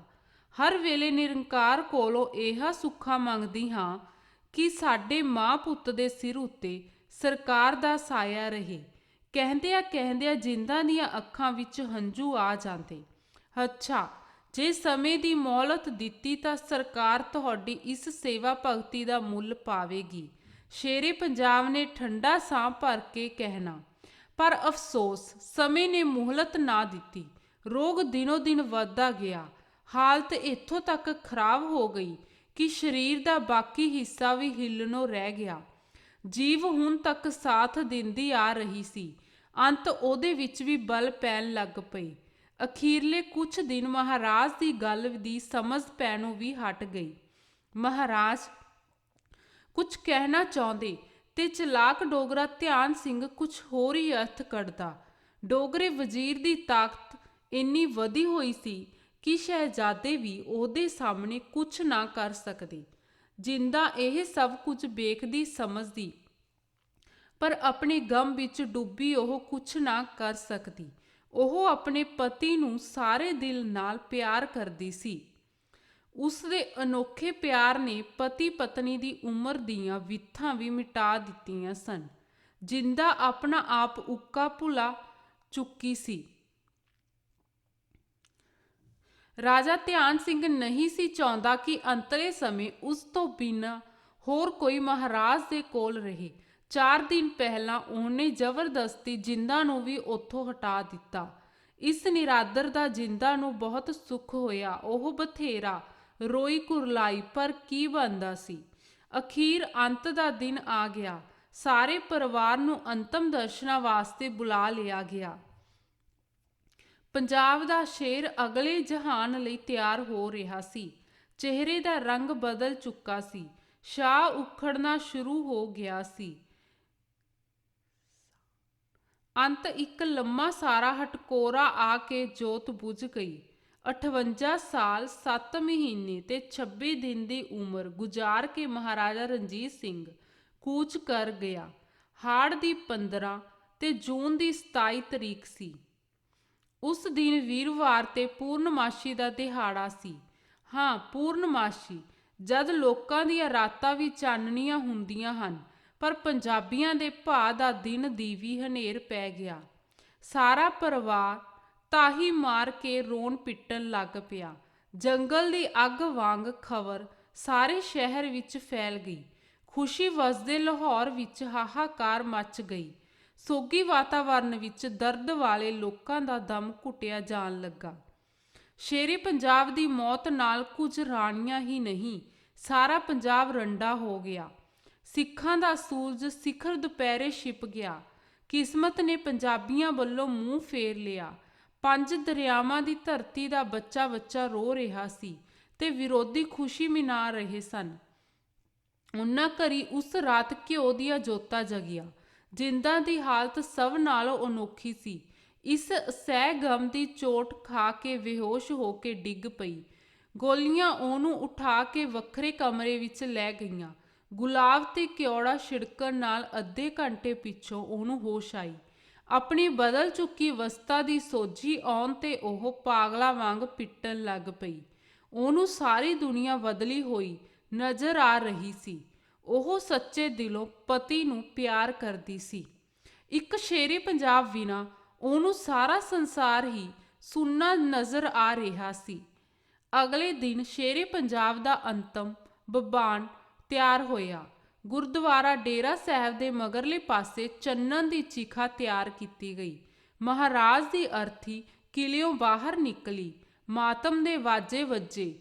ਕਿਲੇ ਦੀਆਂ ਕੰਧਾਂ ਤੋਂ ਸਲਾਮੀ ਵਾਸਤੇ ਤੋਪਾਂ ਦਾਗੀਆਂ। ਸਹਿਜ ਸਹਿਜ ਆਖਰੀ ਜਲੂਸ ਗੁਰਦੁਆਰੇ ਦੇ ਮਗਰਲੇ ਪਾਸੇ ਪੁੱਜਾ। ਗਿਆਨੀ ਗੁਰਮੁਖ ਸਿੰਘ ਨੇ ਅਰਦਾਸ ਕੀਤੀ ਤੇ ਪੰਜਾਬ ਦੀ ਤਕਦੀਰ ਬਦਲਣ ਵਾਲੇ ਮਰਦ ਨੂੰ ਅੰਤਿਮ ਸੇਜਾ ਉੱਤੇ ਲਿਟਾ ਦਿੱਤਾ ਗਿਆ। ਉਸ ਵੇਲੇ ਲੱਖਾਂ ਪੰਜਾਬੀ ਖਲੇ ਤਾਹੀ ਮਾਰ ਰਹੇ ਸਨ। ਦਰਦ ਵਿੰਨੀਆਂ ਅੱਖਾਂ ਹੰਝੂਆਂ ਦੇ ਢੋਏ ਤਾਰ ਰਹੀਆਂ ਸਨ। ਫਿਰ ਸਤੀ ਹੋਣ ਵਾਸਤੇ ਰਾਣੀ ਪਹਾੜਨ ਅੱਗੇ ਵਧੀ। ਉਹਦੇ ਨਾਲ ਕੁਝ ਹੋਰ ਰਾਣੀਆਂ ਵੀ ਤਿਆਰ ਹੋਈਆਂ। ਜਿੰਦਾ ਨੇ ਵੀ ਸਤੀ ਹੋਣ ਦੀ ਇੱਛਾ ਪ੍ਰਗਟ ਕੀਤੀ। ਰਾਣੀ ਪਹਾੜਨ ਨੇ ਉਹਨੂੰ ਰੋਕ ਦਿੱਤਾ। ਜਨਾਨਖਾਨੇ ਦੀ ਪ੍ਰਧਾਨ ਰਾਣੀ ਪਹਾੜਨ ਹੀ ਮੰਨੀ ਜਾਂਦੀ ਸੀ। ਜਿੰਦਾ ਨੂੰ ਉਹ ਵੀ ਬੜਾ ਪਿਆਰ ਕਰਦੀ ਸੀ। ਉਹਨੇ ਜਿੰਦਾ ਦਾ ਸਿਰ ਛਾਤੀ ਨਾਲ ਘੁੱਟ ਕੇ ਕਿਹਾ, ਜਿੰਦਾ, ਮੈਂ ਤੇਰੇ ਮਨ ਦੀ ਅਵਸਥਾ ਨੂੰ ਸਮਝਦੀ ਹਾਂ। ਮਹਾਰਾਜ ਤੈਨੂੰ ਸਭ ਤੋਂ ਵਧੇਰੇ ਪਿਆਰ ਕਰਦੇ ਸਨ। ਤੂੰ ਵੀ ਆਪਣੇ ਪਿਆਰ ਦਾ ਸਬੂਤ ਦੇਣ ਵਾਸਤੇ ਸਤੀ ਹੋਣ ਲਈ ਤਿਆਰ ਹੈ। ਸਤੀ ਹੋਣ ਵਾਲੀਆਂ ਤਾਂ ਇੱਕ ਪਾਸੇ ਦੁਨੀਆ ਵਿੱਚ ਜਸ ਹੋਵੇਗਾ, ਦੂਜੇ ਪਾਸੇ ਉਹ ਰੰਡੇਪੇ ਦੇ ਦੁੱਖੋਂ ਸਹਿਣੋਂ ਬਚ ਜਾਣਗੀਆਂ। ਤੈਨੂੰ ਵੀ ਇਸੇ ਹੱਕ ਤੋਂ ਰੋਕਿਆ ਨਹੀਂ ਜਾ ਸਕਦਾ। ਪਰ ਤੂੰ ਆਪਣੇ ਦਲੀਪ ਬਾਰੇ ਵੀ ਕੁਝ ਸੋਚਿਆ ਈ? ਉਹਦਾ ਪਿੱਛੋਂ ਕੌਣ ਬਣੇਗਾ? ਉਹ ਅਜੇ 10 ਮਹੀਨਿਆਂ ਦਾ ਵੀ ਨਹੀਂ ਹੋਇਆ। ਨਹੀਂ ਜਿੰਦਾ, ਮੈਂ ਤੈਨੂੰ ਸਤੀ ਨਹੀਂ ਹੋਣ ਦਿਆਂਗੀ। ਤੈਨੂੰ ਆਪਣੇ ਦਲੀਪ ਬਦਲੇ ਜਿਉਣਾ ਪਵੇਗਾ। ਪਤੀ ਨਾਲ ਸਤੀ ਹੋਣ ਨਾਲੋਂ ਪਤੀ ਦੀ ਨਿਸ਼ਾਨੀ ਦੀ ਪਾਲਣਾ ਕਰਨੀ ਵਧੇਰੇ ਸ਼ੁਭ ਹੈ। ਤੇ ਗੋਲੀ ਕੋਲੋਂ ਦਲੀਪ ਨੂੰ ਫੜ ਕੇ ਉਹਨੇ ਜਿੰਦਾ ਦੇ ਕੁੱਛੜ ਦੇ ਦਿੱਤਾ। ਬਾਲਕ ਦਲੀਪ ਨੂੰ ਛਾਤੀ ਨਾਲ ਘੁੱਟ ਕੇ ਜਿੰਦਾ ਭੁੱਬੀ ਭੁੱਬੀ ਰੋ ਪਈ। ਉਸ ਨੂੰ ਆਖਰੀ ਵਾਰ ਪਿਆਰ ਦੇ ਕੇ ਰਾਣੀ ਪਹਾੜਨ ਚਿਖਾ ਤੇ ਜਾ ਬੈਠੀ। ਉਹਦੇ ਨਾਲ 10 ਰਾਣੀਆਂ ਹੋਰ ਮਹਾਰਾਜ ਦੀ ਅਰਥੀ ਦੇ ਉਦਾਲੇ ਚਿਖਾ ਮਲ ਬੈਠੀਆਂ। ਇਹ ਸਮਾਂ ਜਿੰਦਾ ਵਾਸਤੇ ਸਭ ਤੋਂ ਔਖਾ ਸੀ। ਜਿਸ ਨੂੰ ਮਹਾਰਾਜ ਸਭ ਤੋਂ ਵੱਧ ਪਿਆਰ ਕਰਦੇ ਸਨ, ਜਿਸ ਨੂੰ ਸਦਾ ਪ੍ਰਾਣ ਪਿਆਰੀ ਕਹਿ ਕੇ ਬੁਲਾਉਂਦੇ ਸਨ, ਜਿਸ ਨੂੰ ਪ੍ਰਾਪਤ ਕਰਕੇ ਸਰਕਾਰ ਸਾਰੀ ਦੁਨੀਆ ਦੇ ਹੁਸਨ ਨੂੰ ਭੁੱਲ ਗਏ ਸਨ, ਜਿਸ ਦੇ ਬਿਨਾਂ ਹਜੂਰ ਇੱਕ ਪਲ ਵੀ ਨਹੀਂ ਸਨ ਰਹਿ ਸਕਦੇ, ਕੀ ਉਹ ਜਿੰਦਾ ਸਹਾਰ ਲਵੇਗੀ ਕਿ ਬਾਕੀ ਰਾਣੀਆਂ ਸਵਾਮੀ ਨਾਲ ਸਤੀ ਹੋ ਜਾਣ ਤੇ ਜਿੰਦਾ ਰੰਡੇਪੇ ਦੇ ਦੁੱਖ ਸਹਿਣ ਵਾਸਤੇ ਰਹਿ ਜਾਵੇ? ਉਹਦੀ ਛਾਤੀ ਪਾੜ ਕੇ ਦਿਲ ਬਾਹਰ ਨੂੰ ਆ ਰਿਹਾ ਸੀ। ਉਹ ਪਾਗਲਾ ਵਾਂਗ ਭੁੱਬੀ ਭੁੱਬੀ ਰੋ ਰਹੀ ਸੀ। ਉਹ ਮੱਲੋ ਮੱਲੀ ਚੀਖਾ ਵਿੱਚ ਛਾਲ ਮਾਰਨ ਵਾਸਤੇ ਸੋਚਦੀ, ਪਰ ਗੋਦੀ ਵਿੱਚ ਮੁਸਕਰਾ ਰਿਹਾ ਦਲੀਪ ਉਹਦਾ ਰਾਹ ਰੋਕ ਲੈਂਦਾ। ਉਸ ਵੇਲੇ ਉਹਦਾ ਦਿਲ ਮੌਤ ਤੇ ਜ਼ਿੰਦਗੀ ਦੇ ਘੋਲ ਦਾ ਅਖਾੜਾ ਬਣਿਆ ਹੋਇਆ ਸੀ। ਉਹ ਮਰਨਾ ਚਾਹੁੰਦੀ ਸੀ, ਪਰ ਦਲੀਪ ਦੇ ਮੋਹ ਦੀਆਂ ਜੰਜੀਰਾਂ ਉਹਦੀ ਪੇਸ਼ ਨਹੀਂ ਸਨ ਜਾਣ ਦਿੰਦੀਆਂ। ਕਿਸੇ ਨੇ ਠੀਕ ਕਿਹਾ ਹੈ, ਹਜ਼ਾरों मुश्किलों में एक मुश्किल सख्त ये भी है, तमन्ना मौत की है और मर जाना नहीं आता। ਜਿੰਦਾ ਨੇ ਲੰਮਾ ਸਾਰਾ ਹੌਂਕਾ ਲਿਆ ਤੇ ਪੁੱਤਰ ਨੂੰ ਹਿੱਕ ਨਾਲ ਕੁੱਟ ਕੇ ਕਿਹਾ, ਮੇਰੇ ਦਲੀਪ, ਮੈਂ ਤੇਰੇ ਬਦਲੇ ਜੀਵਾਂਗੀ। ਤੇਰੀਆਂ ਖੁਸ਼ੀਆਂ ਬਦਲੇ ਮੈਂ ਰੰਡੇਪੇ ਦੇ ਸਾਰੇ ਦੁੱਖ ਝੱਲ ਲਵਾਂਗੀ। ਸਮਾਂ ਹੋ ਗਿਆ। ਟਿੱਕਾ ਖੜਕ ਸਿੰਘ ਨੇ ਚਿਖਾ ਨੂੰ ਲੰਬੂ ਲਾਇਆ। ਅੱਗ ਦੇ ਭਾਂਬੜ ਇੱਕੋ ਵਾਰ ਭੜਕ ਉੱਠੇ। ਉਸ ਤੋਂ ਕਈ ਗੁਣਾ ਵਧੇਰੇ ਅੱਗ ਪੰਜਾਬੀਆਂ ਦੇ ਦਿਲਾਂ ਵਿੱਚ ਬਲ ਉੱਠੀ। 11 ਰਾਣੀਆਂ ਮਹਾਰਾਜ ਦੇ ਨਾਲ ਸਤੀ ਹੋਈਆਂ। ਇੱਕ ਕਬੂਤਰਾਂ ਦਾ ਜੋੜਾ ਵੀ ਮੱਚਦੀ ਚਿਖਾ ਵਿੱਚ ਡਿੱਗ ਕੇ ਸਤੀ ਹੋ ਗਿਆ। ਉਸ ਦੇ ਨਾਲ ਹੀ ਪੰਜਾਬ ਦਾ ਰਾਜ ਭਾਗ ਵੀ ਸੜ ਕੇ ਸੁਆਹ ਹੋ ਗਿਆ। ਸ਼ੇਰੇ ਪੰਜਾਬ ਚਲਾ ਗਿਆ। ਮਰਦ ਦੀ ਕਿਸਮਤ ਮਰਦ ਦੇ ਮਗਰੇ ਤੁਰ ਪਈ। ਸਿੱਖ ਰਾਜ ਦੀ ਦੁਪਹਿਰ ਢਲਣੀ ਸ਼ੁਰੂ ਹੋ ਗਈ। ਦੁੱਖ ਮਾਰੀ ਜਿੰਦਾ ਨੇ ਸਭ ਕਾਸੇ ਵੱਲੋਂ ਅੱਖਾਂ ਮੀਟ ਲਈਆਂ। ਉਹਨੇ ਆਪਣੇ ਗਮ ਵਿੱਚ ਡੁੱਬੀ ਨੇ ਇਕਾਂਤਵਾਸ ਧਾਰਨ ਕਰ ਲਿਆ। ਉਹਦੀ ਦੁਨੀਆ ਛੋਟੇ ਜਿਹੇ ਦਲੀਪ ਤੱਕ ਸਿਮਟ ਕੇ ਰਹਿ ਗਈ। ਕੁਝ ਸਮੇਂ ਵਾਸਤੇ ਉਹ ਪੰਜਾਬੀਆਂ ਦੀਆਂ ਨਜ਼ਰਾਂ ਤੋਂ ਓਹਲੇ ਹੋ ਗਈ।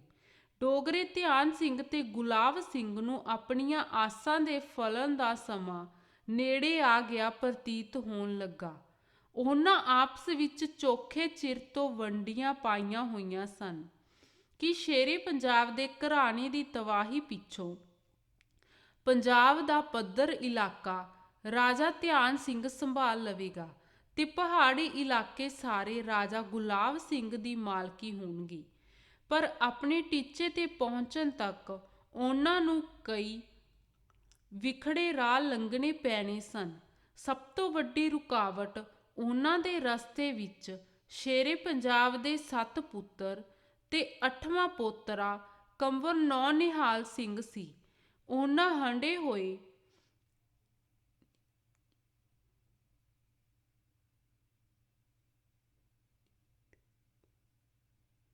ਨਿੱਤ ਗਏ ਖਿਡਾਰੀਆਂ ਨੇ ਪਹਿਲੇ ਹੱਥ ਹੀ 3 ਚੁਣਵੇਂ ਸ਼ਾਹਜ਼ਾਦੇ ਦਾਲ ਉੱਤੇ ਲਾ ਦਿੱਤੇ। ਟਿੱਕਾ ਖੜਕ ਸਿੰਘ ਉਹਦਾ ਛੋਟਾ ਭਰਾ ਕੰਵਰ ਸ਼ੇਰ ਸਿੰਘ ਤੇ ਪਹਿਲੇ ਦਾ ਇੱਕੋ ਇੱਕ ਪੁੱਤਰ ਕੰਵਰ ਨੌਨਿਹਾਲ ਸਿੰਘ ਸ਼ਤਰੰਜ ਦੇ ਮੋਹਰੇ ਬਣੇ। ਨੌਨਿਹਾਲ ਸਿੰਘ ਦੀ ਮਦਦ ਵਾਸਤੇ ਉਸਦੀ ਮਾਤਾ ਮਹਾਰਾਣੀ ਚੰਦ ਕੌਰ ਪੁੱਤਰ ਦੀ ਕੰਡ ਪਿੱਛੇ ਛਾਤੀ ਤਾਣ ਖਲੀ। ਮਿੱਥੀ ਹੋਈ ਗੋਦ ਅਨੁਸਾਰ ਕੰਵਰ ਨੌਨਿਹਾਲ ਸਿੰਘ ਤੇ ਚੰਦ ਕੌਰ ਦੀ ਅਗਵਾਈ ਰਾਜਾ ਗੁਲਾਬ ਸਿੰਘ ਕਰਨ ਲੱਗਾ ਤੇ ਦੂਜਿਆਂ ਦੋਹਾਂ ਦੀ ਜ਼ਿੰਮੇਵਾਰੀ ਰਾਜਾ ਧਿਆਨ ਸਿੰਘ ਨੇ ਆਪਣੇ ਸਿਰ ਲੈ ਲਈ। ਧਿਆਨ ਸਿੰਘ ਭਾਵੇਂ ਗੁਲਾਬ ਸਿੰਘ ਦਾ ਛੋਟਾ ਭਰਾ ਸੀ, ਪਰ ਤਾਕਤ ਵਿੱਚ ਉਹ ਬਹੁਤ ਵੱਡਾ ਬਣ ਚੁੱਕਾ ਸੀ। ਸ਼ੇਰੇ ਪੰਜਾਬ ਦੀ ਵੱਧਦੀ ਬਿਮਾਰੀ ਨੂੰ ਤਾੜ ਕੇ ਉਹਨਾਂ ਆਪੋ ਆਪਣੇ ਮੂਹਰੇ ਅੱਗਾ ਵਧਾਉਣੇ ਸ਼ੁਰੂ ਕਰ ਦਿੱਤੇ। ਥੋੜੇ ਸਮੇਂ ਵਿੱਚ ਹੀ ਉਹਨਾਂ ਦੋਹਾਂ ਦੇ ਅੰਦਰ ਰਾਜ ਸੰਭਾਲਣ ਦੀ ਹਵਸ ਪੂਰੀ ਤਰ੍ਹਾਂ ਭਰ ਦਿੱਤੀ ਗਈ। ਖੇਡ ਪੂਰੇ ਜ਼ੋਰ ਤੇ ਸੀ ਜਾਂ ਉਸ ਵਿੱਚ ਥੋੜੀ ਜਿਹੀ ਰੁਕਾਵਟ ਪੈ ਗਈ। ਸ਼ੇਰੇ ਪੰਜਾਬ ਦੇ ਘਾਤਕ ਰੋਗ ਨੇ ਥੋੜਾ ਜਿਹਾ ਮੋੜਾ ਖਾਧਾ। ਕੁਦਰਤ ਨੇ ਮਹਾਰਾਜ ਨੂੰ ਕੁਝ ਸੋਚਣ ਵਿਚਾਰਨ ਤੇ ਫੈਸਲਾ ਕਰਨ ਦੀ ਮੁਹਲਤ ਦੇ ਦਿੱਤੀ। ਇੰਨੇ ਕੁ ਸਮੇਂ ਨੂੰ ਗਨੀਮਤ ਸਮਝ ਕੇ ਸ਼ੇਰੇ ਪੰਜਾਬ ਨੇ ਰਾਜ ਗੱਦੀ ਦੇ ਵਾਰਸ ਦਾ ਫੈਸਲਾ ਕਰ ਦਿੱਤਾ। ਉਹਨਾਂ ਹੁਕਮ ਦਿੱਤਾ, ਸਾਡੇ ਪਿੱਛੋਂ ਸਾਡਾ ਵੱਡਾ ਪੁੱਤਰ ਟਿੱਕਾ ਖੜਕ ਸਿੰਘ ਪੰਜਾਬ ਦਾ ਬਾਦਸ਼ਾਹ ਬਣੇਗਾ ਤੇ ਰਾਜਾ ਧਿਆਨ ਸਿੰਘ ਉਸ ਦਾ ਵਜ਼ੀਰ ਹੋਵੇਗਾ। ਮਹਾਰਾਜ ਨੇ ਦੋਹਾਂ ਅਧਿਕਾਰੀਆਂ ਤੋਂ ਇੱਕ ਦੂਜੇ ਦੇ ਮਿੱਤਰ ਤੇ ਦੇਸ਼ ਦੇ ਵਫਾਦਾਰ ਰਹਿਣ ਦੀਆਂ ਕਸਮਾਂ ਚੁਕਾਈਆਂ। ਰਾਜਾ ਧਿਆਨ ਸਿੰਘ ਨੇ ਗੀਤਾ ਤੇ ਹੱਥ ਮਾਰ ਕੇ ਸਹੁੰ ਖਾਧੀ। ਨੀਤੀ ਦੇ ਪੁਜਾਰੀਆਂ ਦੀ ਨਜ਼ਰ ਵਿੱਚ ਸਹੁੰ ਖਾਣ ਦਾ ਵਸੀਲਾ ਹੀ ਤਾਂ ਹੁੰਦੇ ਨੇ ਧਾਰਮਿਕ ਗ੍ਰੰਥ। ਇਸ ਤੋਂ ਵੱਧ ਉਹਨਾਂ ਦਾ ਧਰਮ ਨਾਲ ਕੋਈ ਸੰਬੰਧ ਨਹੀਂ ਹੁੰਦਾ। ਧਿਆਨ ਸਿੰਘ ਨੇ ਵੀ ਇਹੀ ਕਸਮ ਵਕਤ ਟਾਲਣ ਵਾਸਤੇ ਹੀ ਖਾਧੀ ਸੀ। ਸ਼ੇਰੇ ਪੰਜਾਬ ਚਲੇ ਗਏ। ਉਹਨਾਂ ਦਾ ਜੇਠਾ ਪੁੱਤਰ ਪੰਜਾਬ ਦੇ ਤਖਤ ਉੱਤੇ ਬੈਠਾ। ਮਹਾਰਾਜਾ ਖੜਕ ਸਿੰਘ ਦੀ ਤਾਜਪੋਸ਼ੀ ਦੀ ਰਸਮ ਬੜੀ ਧੂਮ-ਧਾਮ ਨਾਲ ਹੋਈ ਤੇ ਕਿਲੇ ਦੀਆਂ ਕੰਧਾਂ ਉੱਤੋਂ ਨਵੇਂ ਹੁਕਮਰਾਨ ਦੀ ਸਲਾਮੀ ਵਾਸਤੇ ਤੋਪਾਂ ਦਗੀਆਂ। ਰਾਜਾ ਧਿਆਨ ਸਿੰਘ ਉਸ ਦਾ ਵੱਡਾ ਵਜ਼ੀਰ ਬਣਿਆ। ਉਸ ਵੇਲੇ ਲਾਹੌਰ ਦਰਬਾਰ ਵਿੱਚ ਚੇਤ ਸਿੰਘ ਦੀ ਹੱਛੀ ਤਾਕਤ ਸੀ। ਉਹ ਮਹਾਰਾਜਾ ਖੜਕ ਸਿੰਘ ਦਾ ਸਾਲਾ ਸੀ। ਵਜ਼ਾਰਤ ਉੱਤੇ ਉਹ ਆਪਣਾ ਹੱਕ ਸਮਝਦਾ ਸੀ।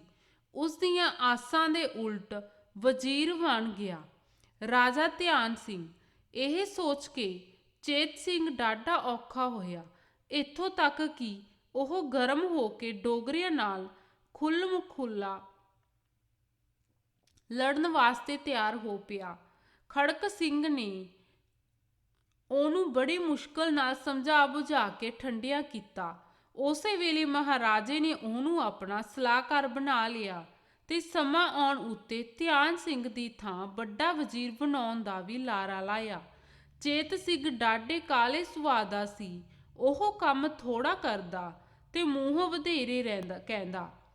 ਉਹਨੇ ਡੋਗਰੇ ਭਰਾਵਾਂ ਨੂੰ ਸਮੂਲ ਚੋਂ ਤਬਾਹ ਕਰਨ ਦੀਆਂ ਗੋਦਾਂ ਬਣਾਉਣੀਆਂ ਸ਼ੁਰੂ ਕਰ ਦਿੱਤੀਆਂ। ਦੂਜੇ ਪਾਸੇ ਡੋਗਰੇ ਭਰਾ ਬੜੇ ਪੱਕੇ ਖਿਡਾਰੀ ਤੇ ਪੁਰਾਣੇ ਪਾਪੀ ਸਨ।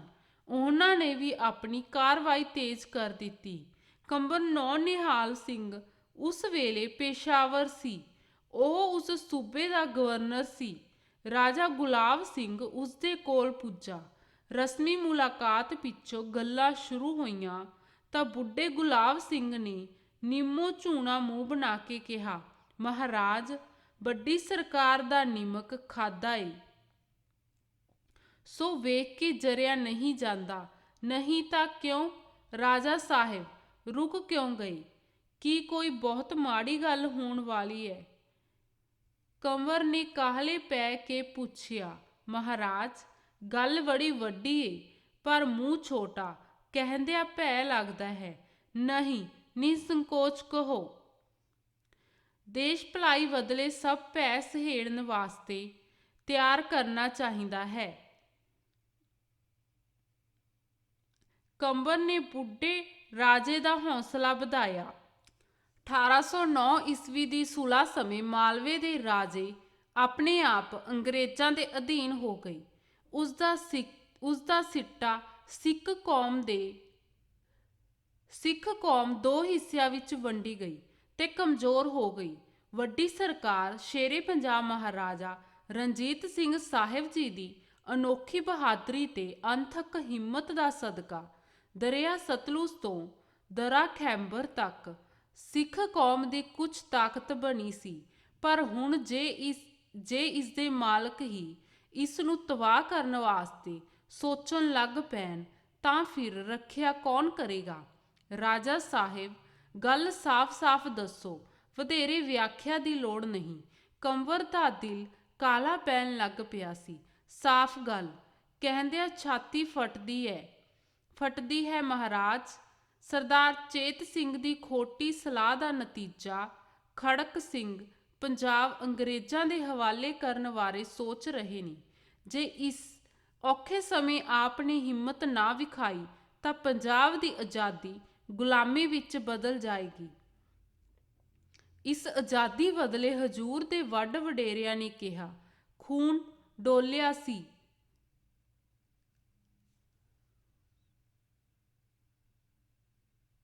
ਇਸ ਆਜ਼ਾਦੀ ਬਦਲੇ ਹਜ਼ੂਰ ਦੇ ਵੱਡ ਵਡੇਰਿਆਂ ਨੇ ਕਿੰਨਾ ਖੂਨ ਡੋਲਿਆ ਸੀ। ਰਾਜਾ ਗੁਲਾਬ ਸਿੰਘ ਦੇ ਹੰਝੂ ਸਫੇਦ ਦਾੜੀ ਉੱਤੋਂ ਤਿਲਕ ਕੇ ਝੋਲੀ ਵਿੱਚ ਟਹਿ ਰਹੇ ਸਨ। ਰਾਜਾ ਸਾਹਿਬ, ਐਸਾ ਨਹੀਂ ਹੋਵੇਗਾ। ਕੰਵਰ ਨੇ ਜਵਾਨੀ ਦੇ ਜੋਸ਼ ਵਿੱਚ ਗਰਜ ਕੇ ਕਿਹਾ। ਤਾਂ ਸ਼ੇਰੇ ਪੰਜਾਬ ਦੇ ਜੋਗ ਪੋਤਰੇ ਨੂੰ ਰਾਜ ਦੀ ਡੋਰ ਆਪ ਸੰਭਾਲਣੀ ਪਵੇਗੀ। ਸਿਰਫ ਇਹ ਇੱਕ ਰਾਹ ਹੈ ਪੰਜਾਬ ਤੇ ਸਿੱਖ ਕੌਮ ਦੀ ਆਜ਼ਾਦੀ ਨੂੰ ਬਚਾਉਣ ਦਾ। ਹਜ਼ੂਰ ਦੀ ਖਾਤਰ ਇਹ ਬੁੱਢਾ ਸੇਵਾਦਾਰ ਖੂਨ ਦੀ ਆਖਰੀ ਬੂੰਦ ਵਹਾ ਦੇਵੇਗਾ। ਮੌਕਾ ਤਾੜ ਕੇ ਗੁਲਾਬ ਸਿੰਘ ਨੇ ਉਮੜੇ ਹੋਏ ਜੋਸ਼ ਵਿੱਚ ਵਾਧਾ ਕਰਨ ਦੇ ਇਰਾਦੇ ਨਾਲ ਕਿਹਾ। ਰਾਜਾ ਗੁਲਾਬ ਸਿੰਘ ਦਾ ਜਾਦੂ ਚੱਲ ਗਿਆ। ਕੰਵਰ ਨਿਹਾਲ ਸਿੰਘ ਪੂਰੀ ਤਰ੍ਹਾਂ ਪ੍ਰੇਰਿਆ ਗਿਆ। ਉਹਦੇ ਜਵਾਨੀ ਦੇ ਜੋਸ਼ ਨੇ ਗੱਲ ਦੀ ਤਹਿ ਤੱਕ ਪਹੁੰਚਣ ਵਾਸਤੇ ਉਸ ਨੂੰ ਸੋਚਣ ਦਾ ਸਮਾਂ ਨਾ ਦਿੱਤਾ। ਉਹ ਲਾਹੌਰ ਜਾਣ ਵਾਸਤੇ ਰਾਜਾ ਗੁਲਾਬ ਸਿੰਘ ਦੇ ਨਾਲ ਤਿਆਰ ਹੋ ਪਿਆ।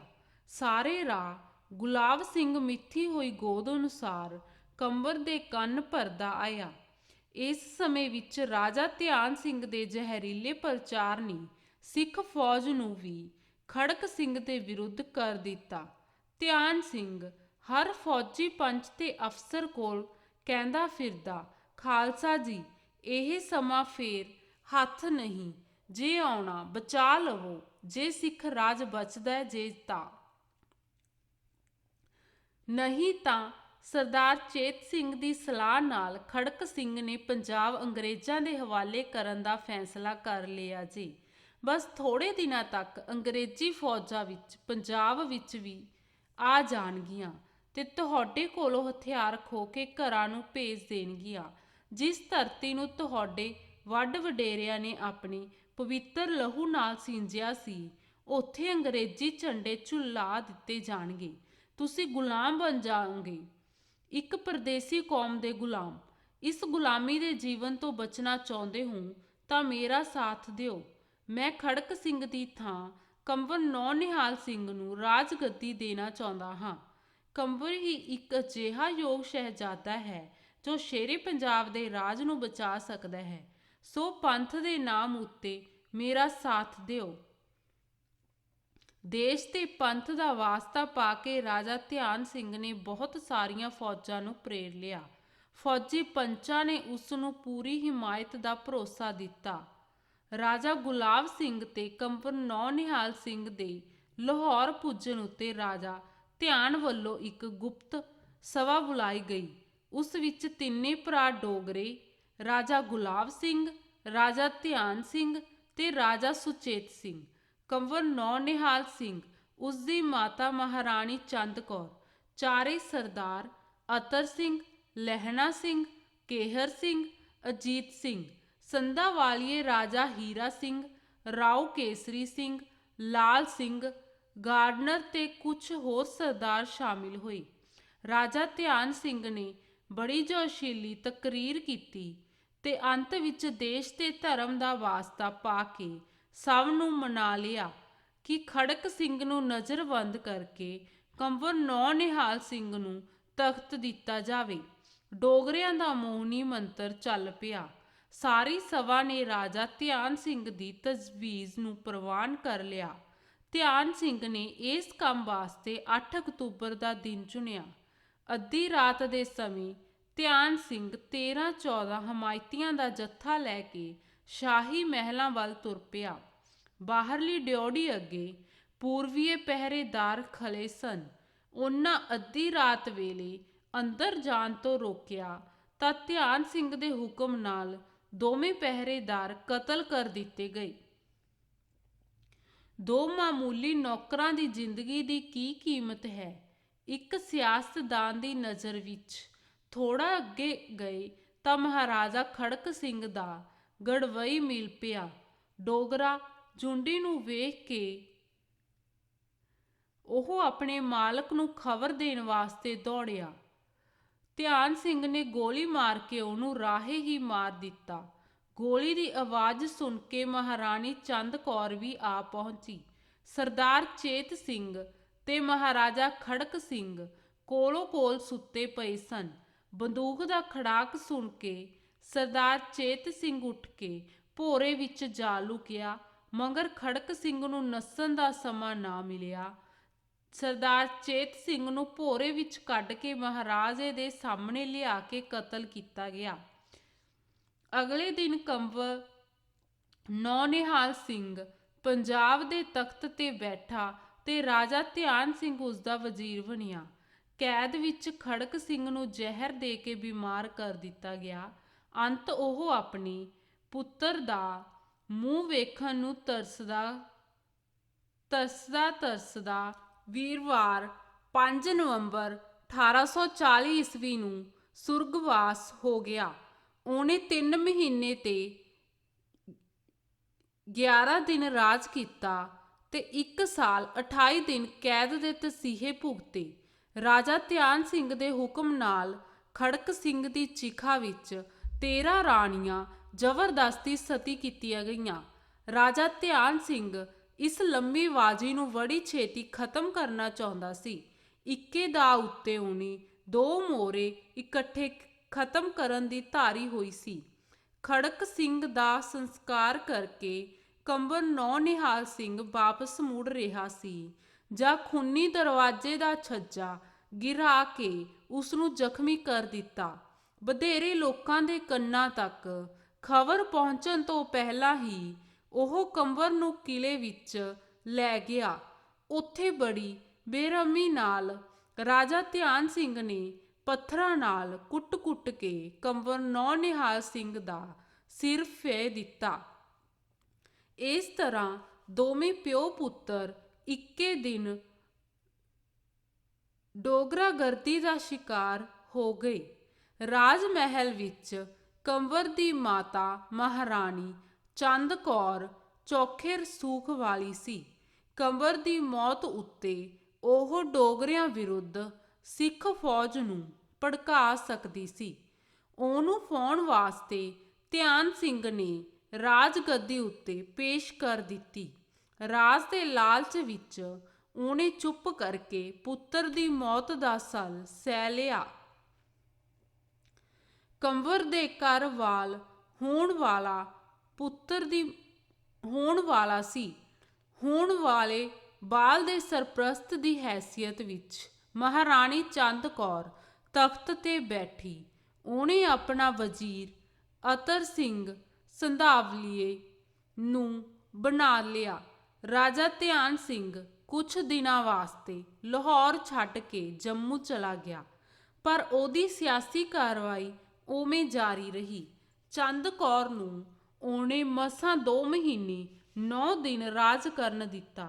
ਹੁਣ ਉਹਨੇ ਕੰਵਰ ਸ਼ੇਰ ਸਿੰਘ ਨੂੰ ਅੱਗੇ ਲਿਆਂਦਾ। ਰਾਜ ਦੇ ਲਾਰੇ ਉੱਤੇ ਕੰਵਰ ਸ਼ੇਰ ਸਿੰਘ ਫੌਜਾਂ ਲੈ ਕੇ ਲਾਹੌਰ ਆ ਗਿਆ। ਜਰਾ ਸਿਆਸੀ ਸਾਤਰਾਂ ਦੀ ਚਾਲ ਵੇਖੋ। ਰਾਜਾ ਧਿਆਨ ਸਿੰਘ ਸ਼ੇਰ ਸਿੰਘ ਵੱਲੇ ਸੀ ਤੇ ਉਹਦਾ ਵੱਡਾ ਭਰਾ ਗੁਲਾਬ ਸਿੰਘ ਤੇ ਪੁੱਤਰ ਹੀਰਾ ਸਿੰਘ ਚੰਦ ਕੌਰ ਵੱਲ।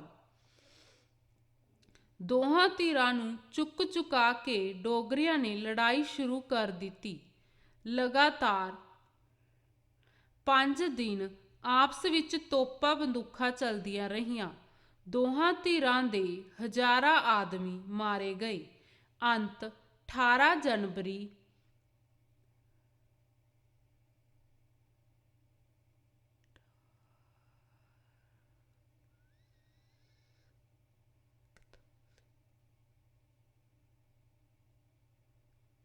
1841 ਈਸਵੀ ਨੂੰ ਰਾਜਾ ਧਿਆਨ ਸਿੰਘ ਨੇ ਵਿਚੋਲਾ ਬਣਾ ਕੇ ਦੋਹਾਂ ਦੀ ਸੁਲਾਹ ਕਰਾ ਦਿੱਤੀ।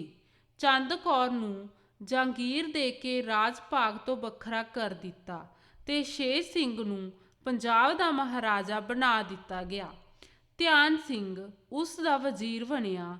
ਸੰਧਾਵਾਲੀਏ ਕੁਝ ਨਸ ਗਏ, ਕੁਝ ਕੈਦ ਕਰ ਲਏ ਗਏ। ਡੋਗਰਿਆਂ ਨੇ ਸ਼ੇਰ ਸਿੰਘ ਨੂੰ ਸਦਾ ਮਹਾਰਾਜਾ ਰੱਖਣ ਵਾਸਤੇ ਅੱਗੇ ਨਹੀਂ ਸੀ ਲਿਆਂਦਾ, ਸਗੋਂ ਕੁਰਬਾਨੀ ਦਾ ਬੱਕਰਾ ਬਣਾਉਣ ਵਾਸਤੇ ਨੌਨਿਹਾਲ ਸਿੰਘ ਤੋਂ ਪਿੱਛੋਂ ਇੱਕ ਉਹ ਹੀ ਤਾਕਤਵਰ ਸ਼ਾਹਜ਼ਾਦਾ ਰਹਿ ਗਿਆ ਸੀ। ਸ਼ੇਰ ਸਿੰਘ ਦੇ ਤਖਤ ਸੰਭਾਲਦਿਆਂ ਹੀ ਡੋਗਰਿਆਂ ਨੇ ਉਹਦੇ ਵਿਰੁੱਧ ਸਾਜ਼ਿਸ਼ਾਂ ਸ਼ੁਰੂ ਕਰ ਦਿੱਤੀਆਂ। ਇਸ ਤਰ੍ਹਾਂ 2 ਕੁ ਸਾਲ ਨਿਭ ਗਏ। ਇਸ ਵੇਲੇ ਤੱਕ ਮਹਾਰਾਜਾ ਸ਼ੇਰ ਸਿੰਘ ਨੇ ਆਪਣੀ ਤਾਕਤ ਚੰਗੀ ਬਣਾ ਲਈ ਸੀ। ਗਿਆਨੀ ਗੁਰਮੁਖ ਸਿੰਘ ਦੇ ਕਹਿਣ ਉੱਤੇ ਉਹਨੇ ਸੰਧਾਵਾਲੀਆਂ ਨੂੰ ਵੀ ਰਿਹਾ ਕਰ ਦਿੱਤਾ। ਉਸ ਦਾ ਬੁਲਾਇਆ ਅਜੀਤ ਸਿੰਘ ਵੀ ਬਾਹਰੋਂ ਆ ਗਿਆ। ਲਹਿਣਾ ਸਿੰਘ, ਅਜੀਤ ਸਿੰਘ, ਕੇਹਰ ਸਿੰਘ ਨੂੰ ਫਿਰ ਪੁਰਾਣੀਆਂ ਜੰਗੀਰਾਂ ਤੇ ਅਹੁਦੇ ਮਿਲ ਗਏ।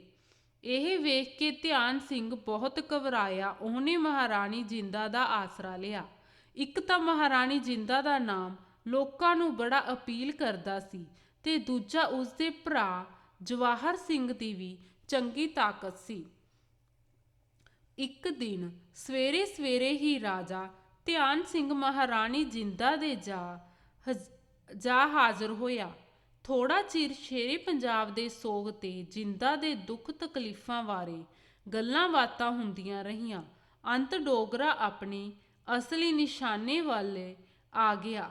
ਉਹਨੇ ਬੜਾ ਗੰਭੀਰ ਚਿਹਰਾ ਬਣਾ ਕੇ ਕਿਹਾ, ਮਹਾਰਾਣੀ ਸਾਹਿਬ, ਅੱਗੇ ਇੱਕ ਵਾਰ ਬੜੀ ਮੁਸ਼ਕਿਲ ਨਾਲ ਇਸ ਰਾਜ ਨੂੰ ਅੰਗਰੇਜ਼ਾਂ ਦੇ ਜਾਲ ਵਿੱਚ ਫਸਣ ਤੋਂ ਬਚਾਇਆ ਸੀ, ਪਰ ਇਸ ਵਾਰ ਕੋਈ ਰਾਹ ਨਜ਼ਰ ਨਹੀਂ ਆਉਂਦਾ।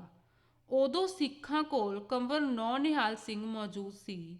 ਉਸ ਜਵਾਨ ਨੇ ਮਰਦਾਂ ਵਾਲੀ ਹਿੰਮਤ ਕੀਤੀ ਤੇ ਆਪਣੀ ਕੌਮ ਨੂੰ ਬਚਾ ਲਿਆ। ਪਰ ਮੈਂ ਦੁਖੀ ਦਿਲ ਨਾਲ ਸੋਚਦਾ ਹਾਂ ਕਿ ਹੁਣ ਪੰਥ ਤੇ ਪੰਜਾਬ ਦਾ ਕੀ ਬਣੇਗਾ। ਰਾਜਾ ਸਾਹਿਬ, ਮੈਨੂੰ ਤੁਹਾਡੀ ਗੱਲ ਦੀ ਸਮਝ ਨਹੀਂ ਪਈ। ਜਿੰਦਾ ਨੇ ਅਸਲੀ ਭੇਤ ਜਾਣਨ ਦੇ ਇਰਾਦੇ ਨਾਲ ਬੜੀ ਭੋਲੀ ਬਣ ਕੇ ਕਿਹਾ। ਉਦੋਂ ਖੋਟੀ ਮੱਤ ਦੇਣ ਵਾਲਾ ਸਰਦਾਰ ਚੇਤ ਸਿੰਘ ਸੀ ਤੇ ਲਾਈ ਲੱਗ ਸੀ ਮਹਾਰਾਜਾ ਖੜਕ ਸਿੰਘ। ਹੁਣ ਸ਼ੇਰ ਸਿੰਘ ਦਾ ਸਲਾਹਕਾਰ ਹੈ ਅਜੀਤ ਸਿੰਘ ਸੰਧਾਵਾਲੀਆ। ਚੇਤ ਸਿੰਘ ਨਾਲੋਂ ਅਜੀਤ ਸਿੰਘ ਬਹੁਤ ਚਲਾਕ ਸੀ। ਇਹ ਚੋਖਾ ਚਿਰ ਅੰਗਰੇਜ਼ਾਂ ਦੇ ਰਾਜ ਵਿੱਚ ਰਹਿ ਆਇਆ ਸੀ। ਬੜੀਆਂ ਇਤਵਾਰੀ ਖਬਰਾਂ ਤੋਂ ਪਤਾ ਲੱਗਾ ਕਿ ਮਹਾਰਾਜਾ ਸ਼ੇਰ ਸਿੰਘ ਜਾਂ ਮਾਰਿਆ ਜਾਵੇਗਾ ਜਾਂ ਅੰਗਰੇਜ਼ਾਂ ਦੇ ਅਧੀਨ ਹੋ ਜਾਵੇਗਾ। ਹੇ ਭਗਵਾਨ, ਸਿੱਖ ਰਾਜ ਹੁਣ ਕਿਵੇਂ ਬਚੇਗਾ? ਧਿਆਨ ਸਿੰਘ ਨੇ ਲੰਮਾ ਸਾਰਾ ਹੌਂਕਾ ਭਰਿਆ, ਜਿਵੇਂ ਉਹਨੂੰ ਸੱਚੇ ਦਿਲੋਂ ਦੁੱਖ ਸੀ। ਮੇਰੇ ਕੋਲ ਇਹ ਗੱਲਾਂ ਕਰਨ ਦਾ ਕੀ ਭਾਵ? ਆਪ ਕੀ ਚਾਹੁੰਦੇ ਹੋ? ਜਿੰਦਾ ਸਭ ਕੁਝ ਸਾਫ਼ ਸ਼ਬਦਾਂ ਵਿੱਚ ਸੁਣਨਾ ਚਾਹੁੰਦੀ ਸੀ। ਸਰਕਾਰ ਖਾਨਦਾਨੀ ਸ਼ੁੱਧ ਲਹੂ ਹੀ ਰਾਜ ਕਰ ਸਕਦਾ ਹੈ ਤੇ ਅਜਿਹਾ ਪਵਿੱਤਰ ਖੂਨ ਮੈਨੂੰ ਕੰਵਰ ਦਲੀਪ ਸਿੰਘ ਵਿੱਚ ਹੀ ਨਜ਼ਰ ਆ ਰਿਹਾ ਹੈ। ਜੇ ਆਪ ਮੇਰੀ ਮਦਦ ਕਰੋ ਤਾਂ ਮੈਂ ਸ਼ੇਰ ਸਿੰਘ ਦੇ ਬਾਅਦ ਕੰਵਰ ਦਲੀਪ ਸਿੰਘ ਨੂੰ ਪੰਜਾਬ ਦੀ ਰਾਜਗੱਦੀ ਦਿੱਤੀ ਜਾ ਸਕਦੀ ਹੈ। ਇਹ ਕਹਿ ਕੇ ਧਿਆਨ ਸਿੰਘ ਨੇ ਬੜੀ ਤਿੱਖੀ ਨਜ਼ਰ ਜਿੰਦਾ ਦੇ ਚਿਹਰੇ ਤੇ ਟਿਕਾ ਦਿੱਤੀ। 2 ਮਿੰਟ ਬਿਲਕੁਲ ਚੁੱਪ ਛਾਈ ਰਹੀ।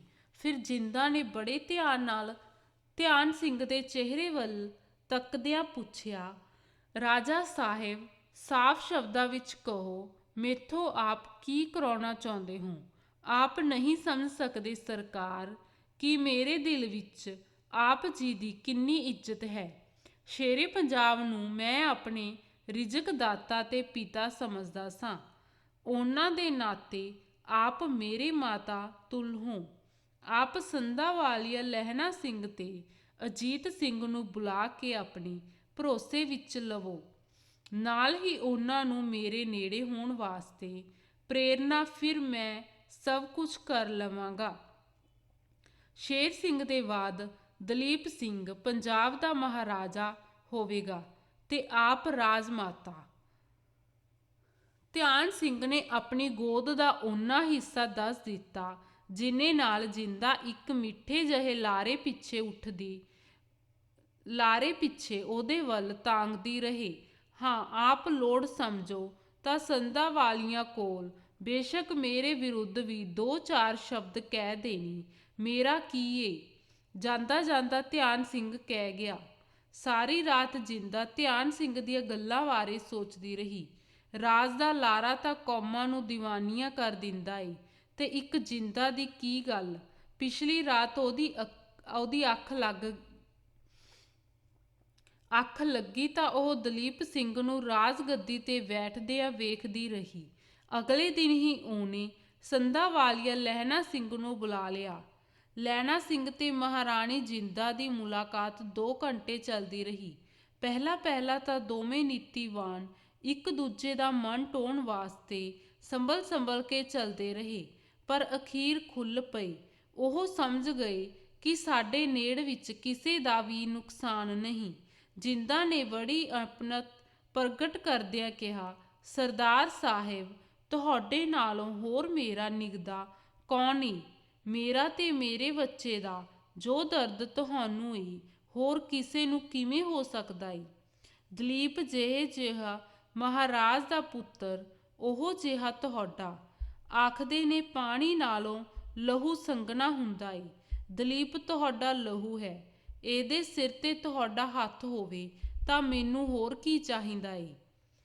ਅਸੀਂ ਤਾਂ ਦੋਵੇਂ ਮਾਂ ਪੁੱਤ ਤੁਹਾਡੇ ਆਸਰੇ ਆਂ। ਬੀਬੀ ਸਾਹਿਬ, ਉਮਰੋਂ ਛੋਟੀ ਤੇ ਭਰਜਾਈ ਹੋਣ ਦੇ ਨਾਤੇ ਲਹਿਣਾ ਸਿੰਘ ਜਿੰਦਾ ਨੂੰ ਇਸੇ ਤਰ੍ਹਾਂ ਸੰਬੋਧਨ ਕਰਿਆ ਕਰਦਾ ਸੀ।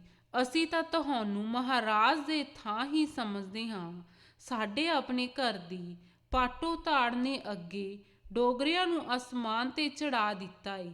ਉਹਨਾਂ ਦੀ ਤਾਕਤ ਹੀ ਸਾਡੀ ਤਬਾਹੀ ਦਾ ਕਾਰਨ ਬਣ ਰਹੀ ਹੈ। ਅਜੇ ਵੀ ਅਸੀਂ ਆਪਸ ਵਿੱਚ ਇੱਕ ਹੋ ਜਾਈਏ ਤਾਂ ਉਹਨਾਂ ਦੁਸ਼ਟਾਂ ਨੂੰ ਟਿਕਾਣੇ ਲਾਇਆ ਜਾ ਸਕਦਾ ਏ। ਜਿੱਥੋਂ ਤੱਕ ਮੇਰਾ ਸੰਬੰਧ ਏ, ਮੈਂ ਤਾਂ ਤੁਹਾਡੇ ਹੀ ਆਸਰੇ ਹਾਂ। ਇਹ ਅਸੀਂ ਸਾਰੇ ਹੀ ਮੰਨਦੇ ਹਾਂ ਕਿ ਡੋਗਰਿਆਂ ਦਾ ਨਾਸ਼ ਹੋਣਾ ਚਾਹੀਦਾ ਹੈ, ਪਰ ਇੱਕ ਗੱਲ ਦੀ ਮੈਨੂੰ ਸਮਝ ਨਹੀਂ ਆਉਂਦੀ ਕਿ ਮਹਾਰਾਜਾ ਸ਼ੇਰ ਸਿੰਘ ਨਾਲ ਤੁਹਾਡੀ ਸੁਲ੍ਹਾ ਨਹੀਂ ਹੋ ਸਕਦੀ। ਜਿੰਦਾ ਨੇ ਲਹਿਣਾ ਸਿੰਘ ਦੇ ਦਿਲ ਦੀ ਹਾਥ ਲੈਣ ਵਾਸਤੇ ਸਵਾਲ ਕੀਤਾ। ਉਸ ਕੁਲ ਧਾਤੀ ਨਾਲ ਕਿਵੇਂ ਸੁਲਾ ਹੋ ਸਕਦੀ ਏ? ਉਹ ਮਹਾਰਾਜ ਨਹੀਂ, ਕੁਲ ਮਾਰ ਰਾਖਸ਼ੇ। ਲਹਿਣਾ ਸਿੰਘ ਦੇ ਦਿਲ ਵਿੱਚ ਸ਼ੇਰ ਸਿੰਘ ਵਾਸਤੇ ਕਹਿਰਾਂ ਦੀ ਨਫ਼ਰਤ ਭਰੀ ਹੋਈ ਸੀ। ਪਹਿਲੇ ਉਹਨੇ ਕੰਬਰ ਨੌ ਨਿਹਾਲ ਸਿੰਘ ਦੀ ਰਾਣੀ ਬੀਬੀ ਨਾਨਕੀ ਨਾਲ ਧਰੋਹ ਕੀਤਾ, ਉਹਨੂੰ ਜ਼ਹਿਰ ਦੇ ਕੇ ਉਸਦੇ ਬੱਚੇ ਦੀ ਜਨਮ ਤੋਂ ਪਹਿਲਾਂ ਹੀ ਜਾਨ ਲੈ ਲਈ। ਕੀ ਇਹ ਯੁੱਗੋ ਬਾਹਰਾ ਅਨਰਥ ਨਹੀਂ? ਫਿਰ ਮਹਾਰਾਣੀ ਚੰਦ ਕੌਰ ਨੂੰ ਗੋਲੀਆਂ ਹੱਥੋਂ ਮਰਵਾ ਦਿੱਤਾ ਤੇ ਸਾਡੇ ਨਾਲ ਵੀ ਕਿਹੜੀ ਉਹਨੇ ਘੱਟ ਕੀਤੀ ਸੀ। ਇਸੇ ਦੁਸ਼ਟ ਡੋਗਰੇ ਦੇ ਆਖੇ ਲੱਗ ਕੇ ਸਾਡੇ ਘਰ ਢਾਹ ਕੇ ਉਹ ਗਧਿਆਂ ਦੇ ਹਲ ਚਲਾਏ ਗਏ। ਕੈਦ ਦਾ ਇੰਨਾ ਦੁੱਖ ਨਹੀਂ, ਪਰ ਇਸ ਨਿਰਾਦਰੀ ਨੂੰ ਅਸੀਂ ਕਿਵੇਂ ਭੁੱਲ ਸਕਦੇ ਹਾਂ? ਸੋ ਸ਼ੇਰ ਸਿੰਘ ਦੇ ਦਿਨ ਤਾਂ ਹੁਣ ਥੋੜੇ ਹੀ ਨਹੀਂ, ਸਾਡੇ ਹੱਥੋਂ ਬਚ ਜਾਏਗਾ ਤਾਂ ਉਹ ਡੋਗਰਿਆਂ ਹੱਥੋਂ ਮਾਰਿਆ ਜਾਏਗਾ। ਖੈਰ, ਇਸ ਮਸਲੇ ਤੇ ਮੈਂ ਵਧੇਰੇ ਬਹਿਸ ਨਹੀਂ ਕਰਦੀ। ਆਪ ਮੇਰੇ ਬਜ਼ੁਰਗਾਂ ਤੁਲ ਹੋ, ਜੋ ਆਪ ਕਰੋਗੇ ਠੀਕ ਹੀ ਕਰੋਗੇ।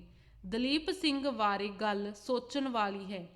ਜਿੰਦਾ ਨੇ ਇਸ ਮਸਲੇ ਬਾਰੇ ਵੀ ਲਹਿਣਾ ਸਿੰਘ ਦੇ ਵਿਚਾਰ ਜਾਣਨੇ ਜ਼ਰੂਰੀ ਸਮਝੇ। ਦੱਸੋ, ਮਹਾਰਾਜ ਦੇ ਹੋਰ ਸ਼ਹਿਜ਼ਾਦੇ ਵੀ ਹਨ? ਦਲੀਪ ਸਿੰਘ ਸਾਰਿਆਂ ਤੋਂ ਛੋਟਾ ਏ। ਤੁਹਾਡੀ ਸਹਾਇਤਾ ਨਾਲ ਇਹ ਤਖਤ ਤੇ ਬੈਠ ਆ ਜਾਏਗਾ, ਪਰ ਕੀ ਦੂਜੇ ਸ਼ਹਿਜ਼ਾਦੇ ਇਸ ਦਾ ਵਿਰੋਧ ਨਹੀਂ ਕਰਨਗੇ? ਆਪ ਸਭਨਾਂ ਦਾ ਧੰਨਵਾਦ। ਅੱਜ ਦੇ ਲਈ ਇੰਨਾ ਹੀ, ਕਿਉਂਕਿ ਸਮਾਂ ਇਜਾਜ਼ਤ ਨਹੀਂ ਦੇ ਰਿਹਾ। ਇਸ ਦੇ ਕੁਝ ਭਾਗ ਸਾਡੇ ਅਗਲੇ ਐਪੀਸੋਡਸ ਵਿੱਚ ਦਿਖਾਏ ਜਾਣਗੇ। ਧੰਨਵਾਦ।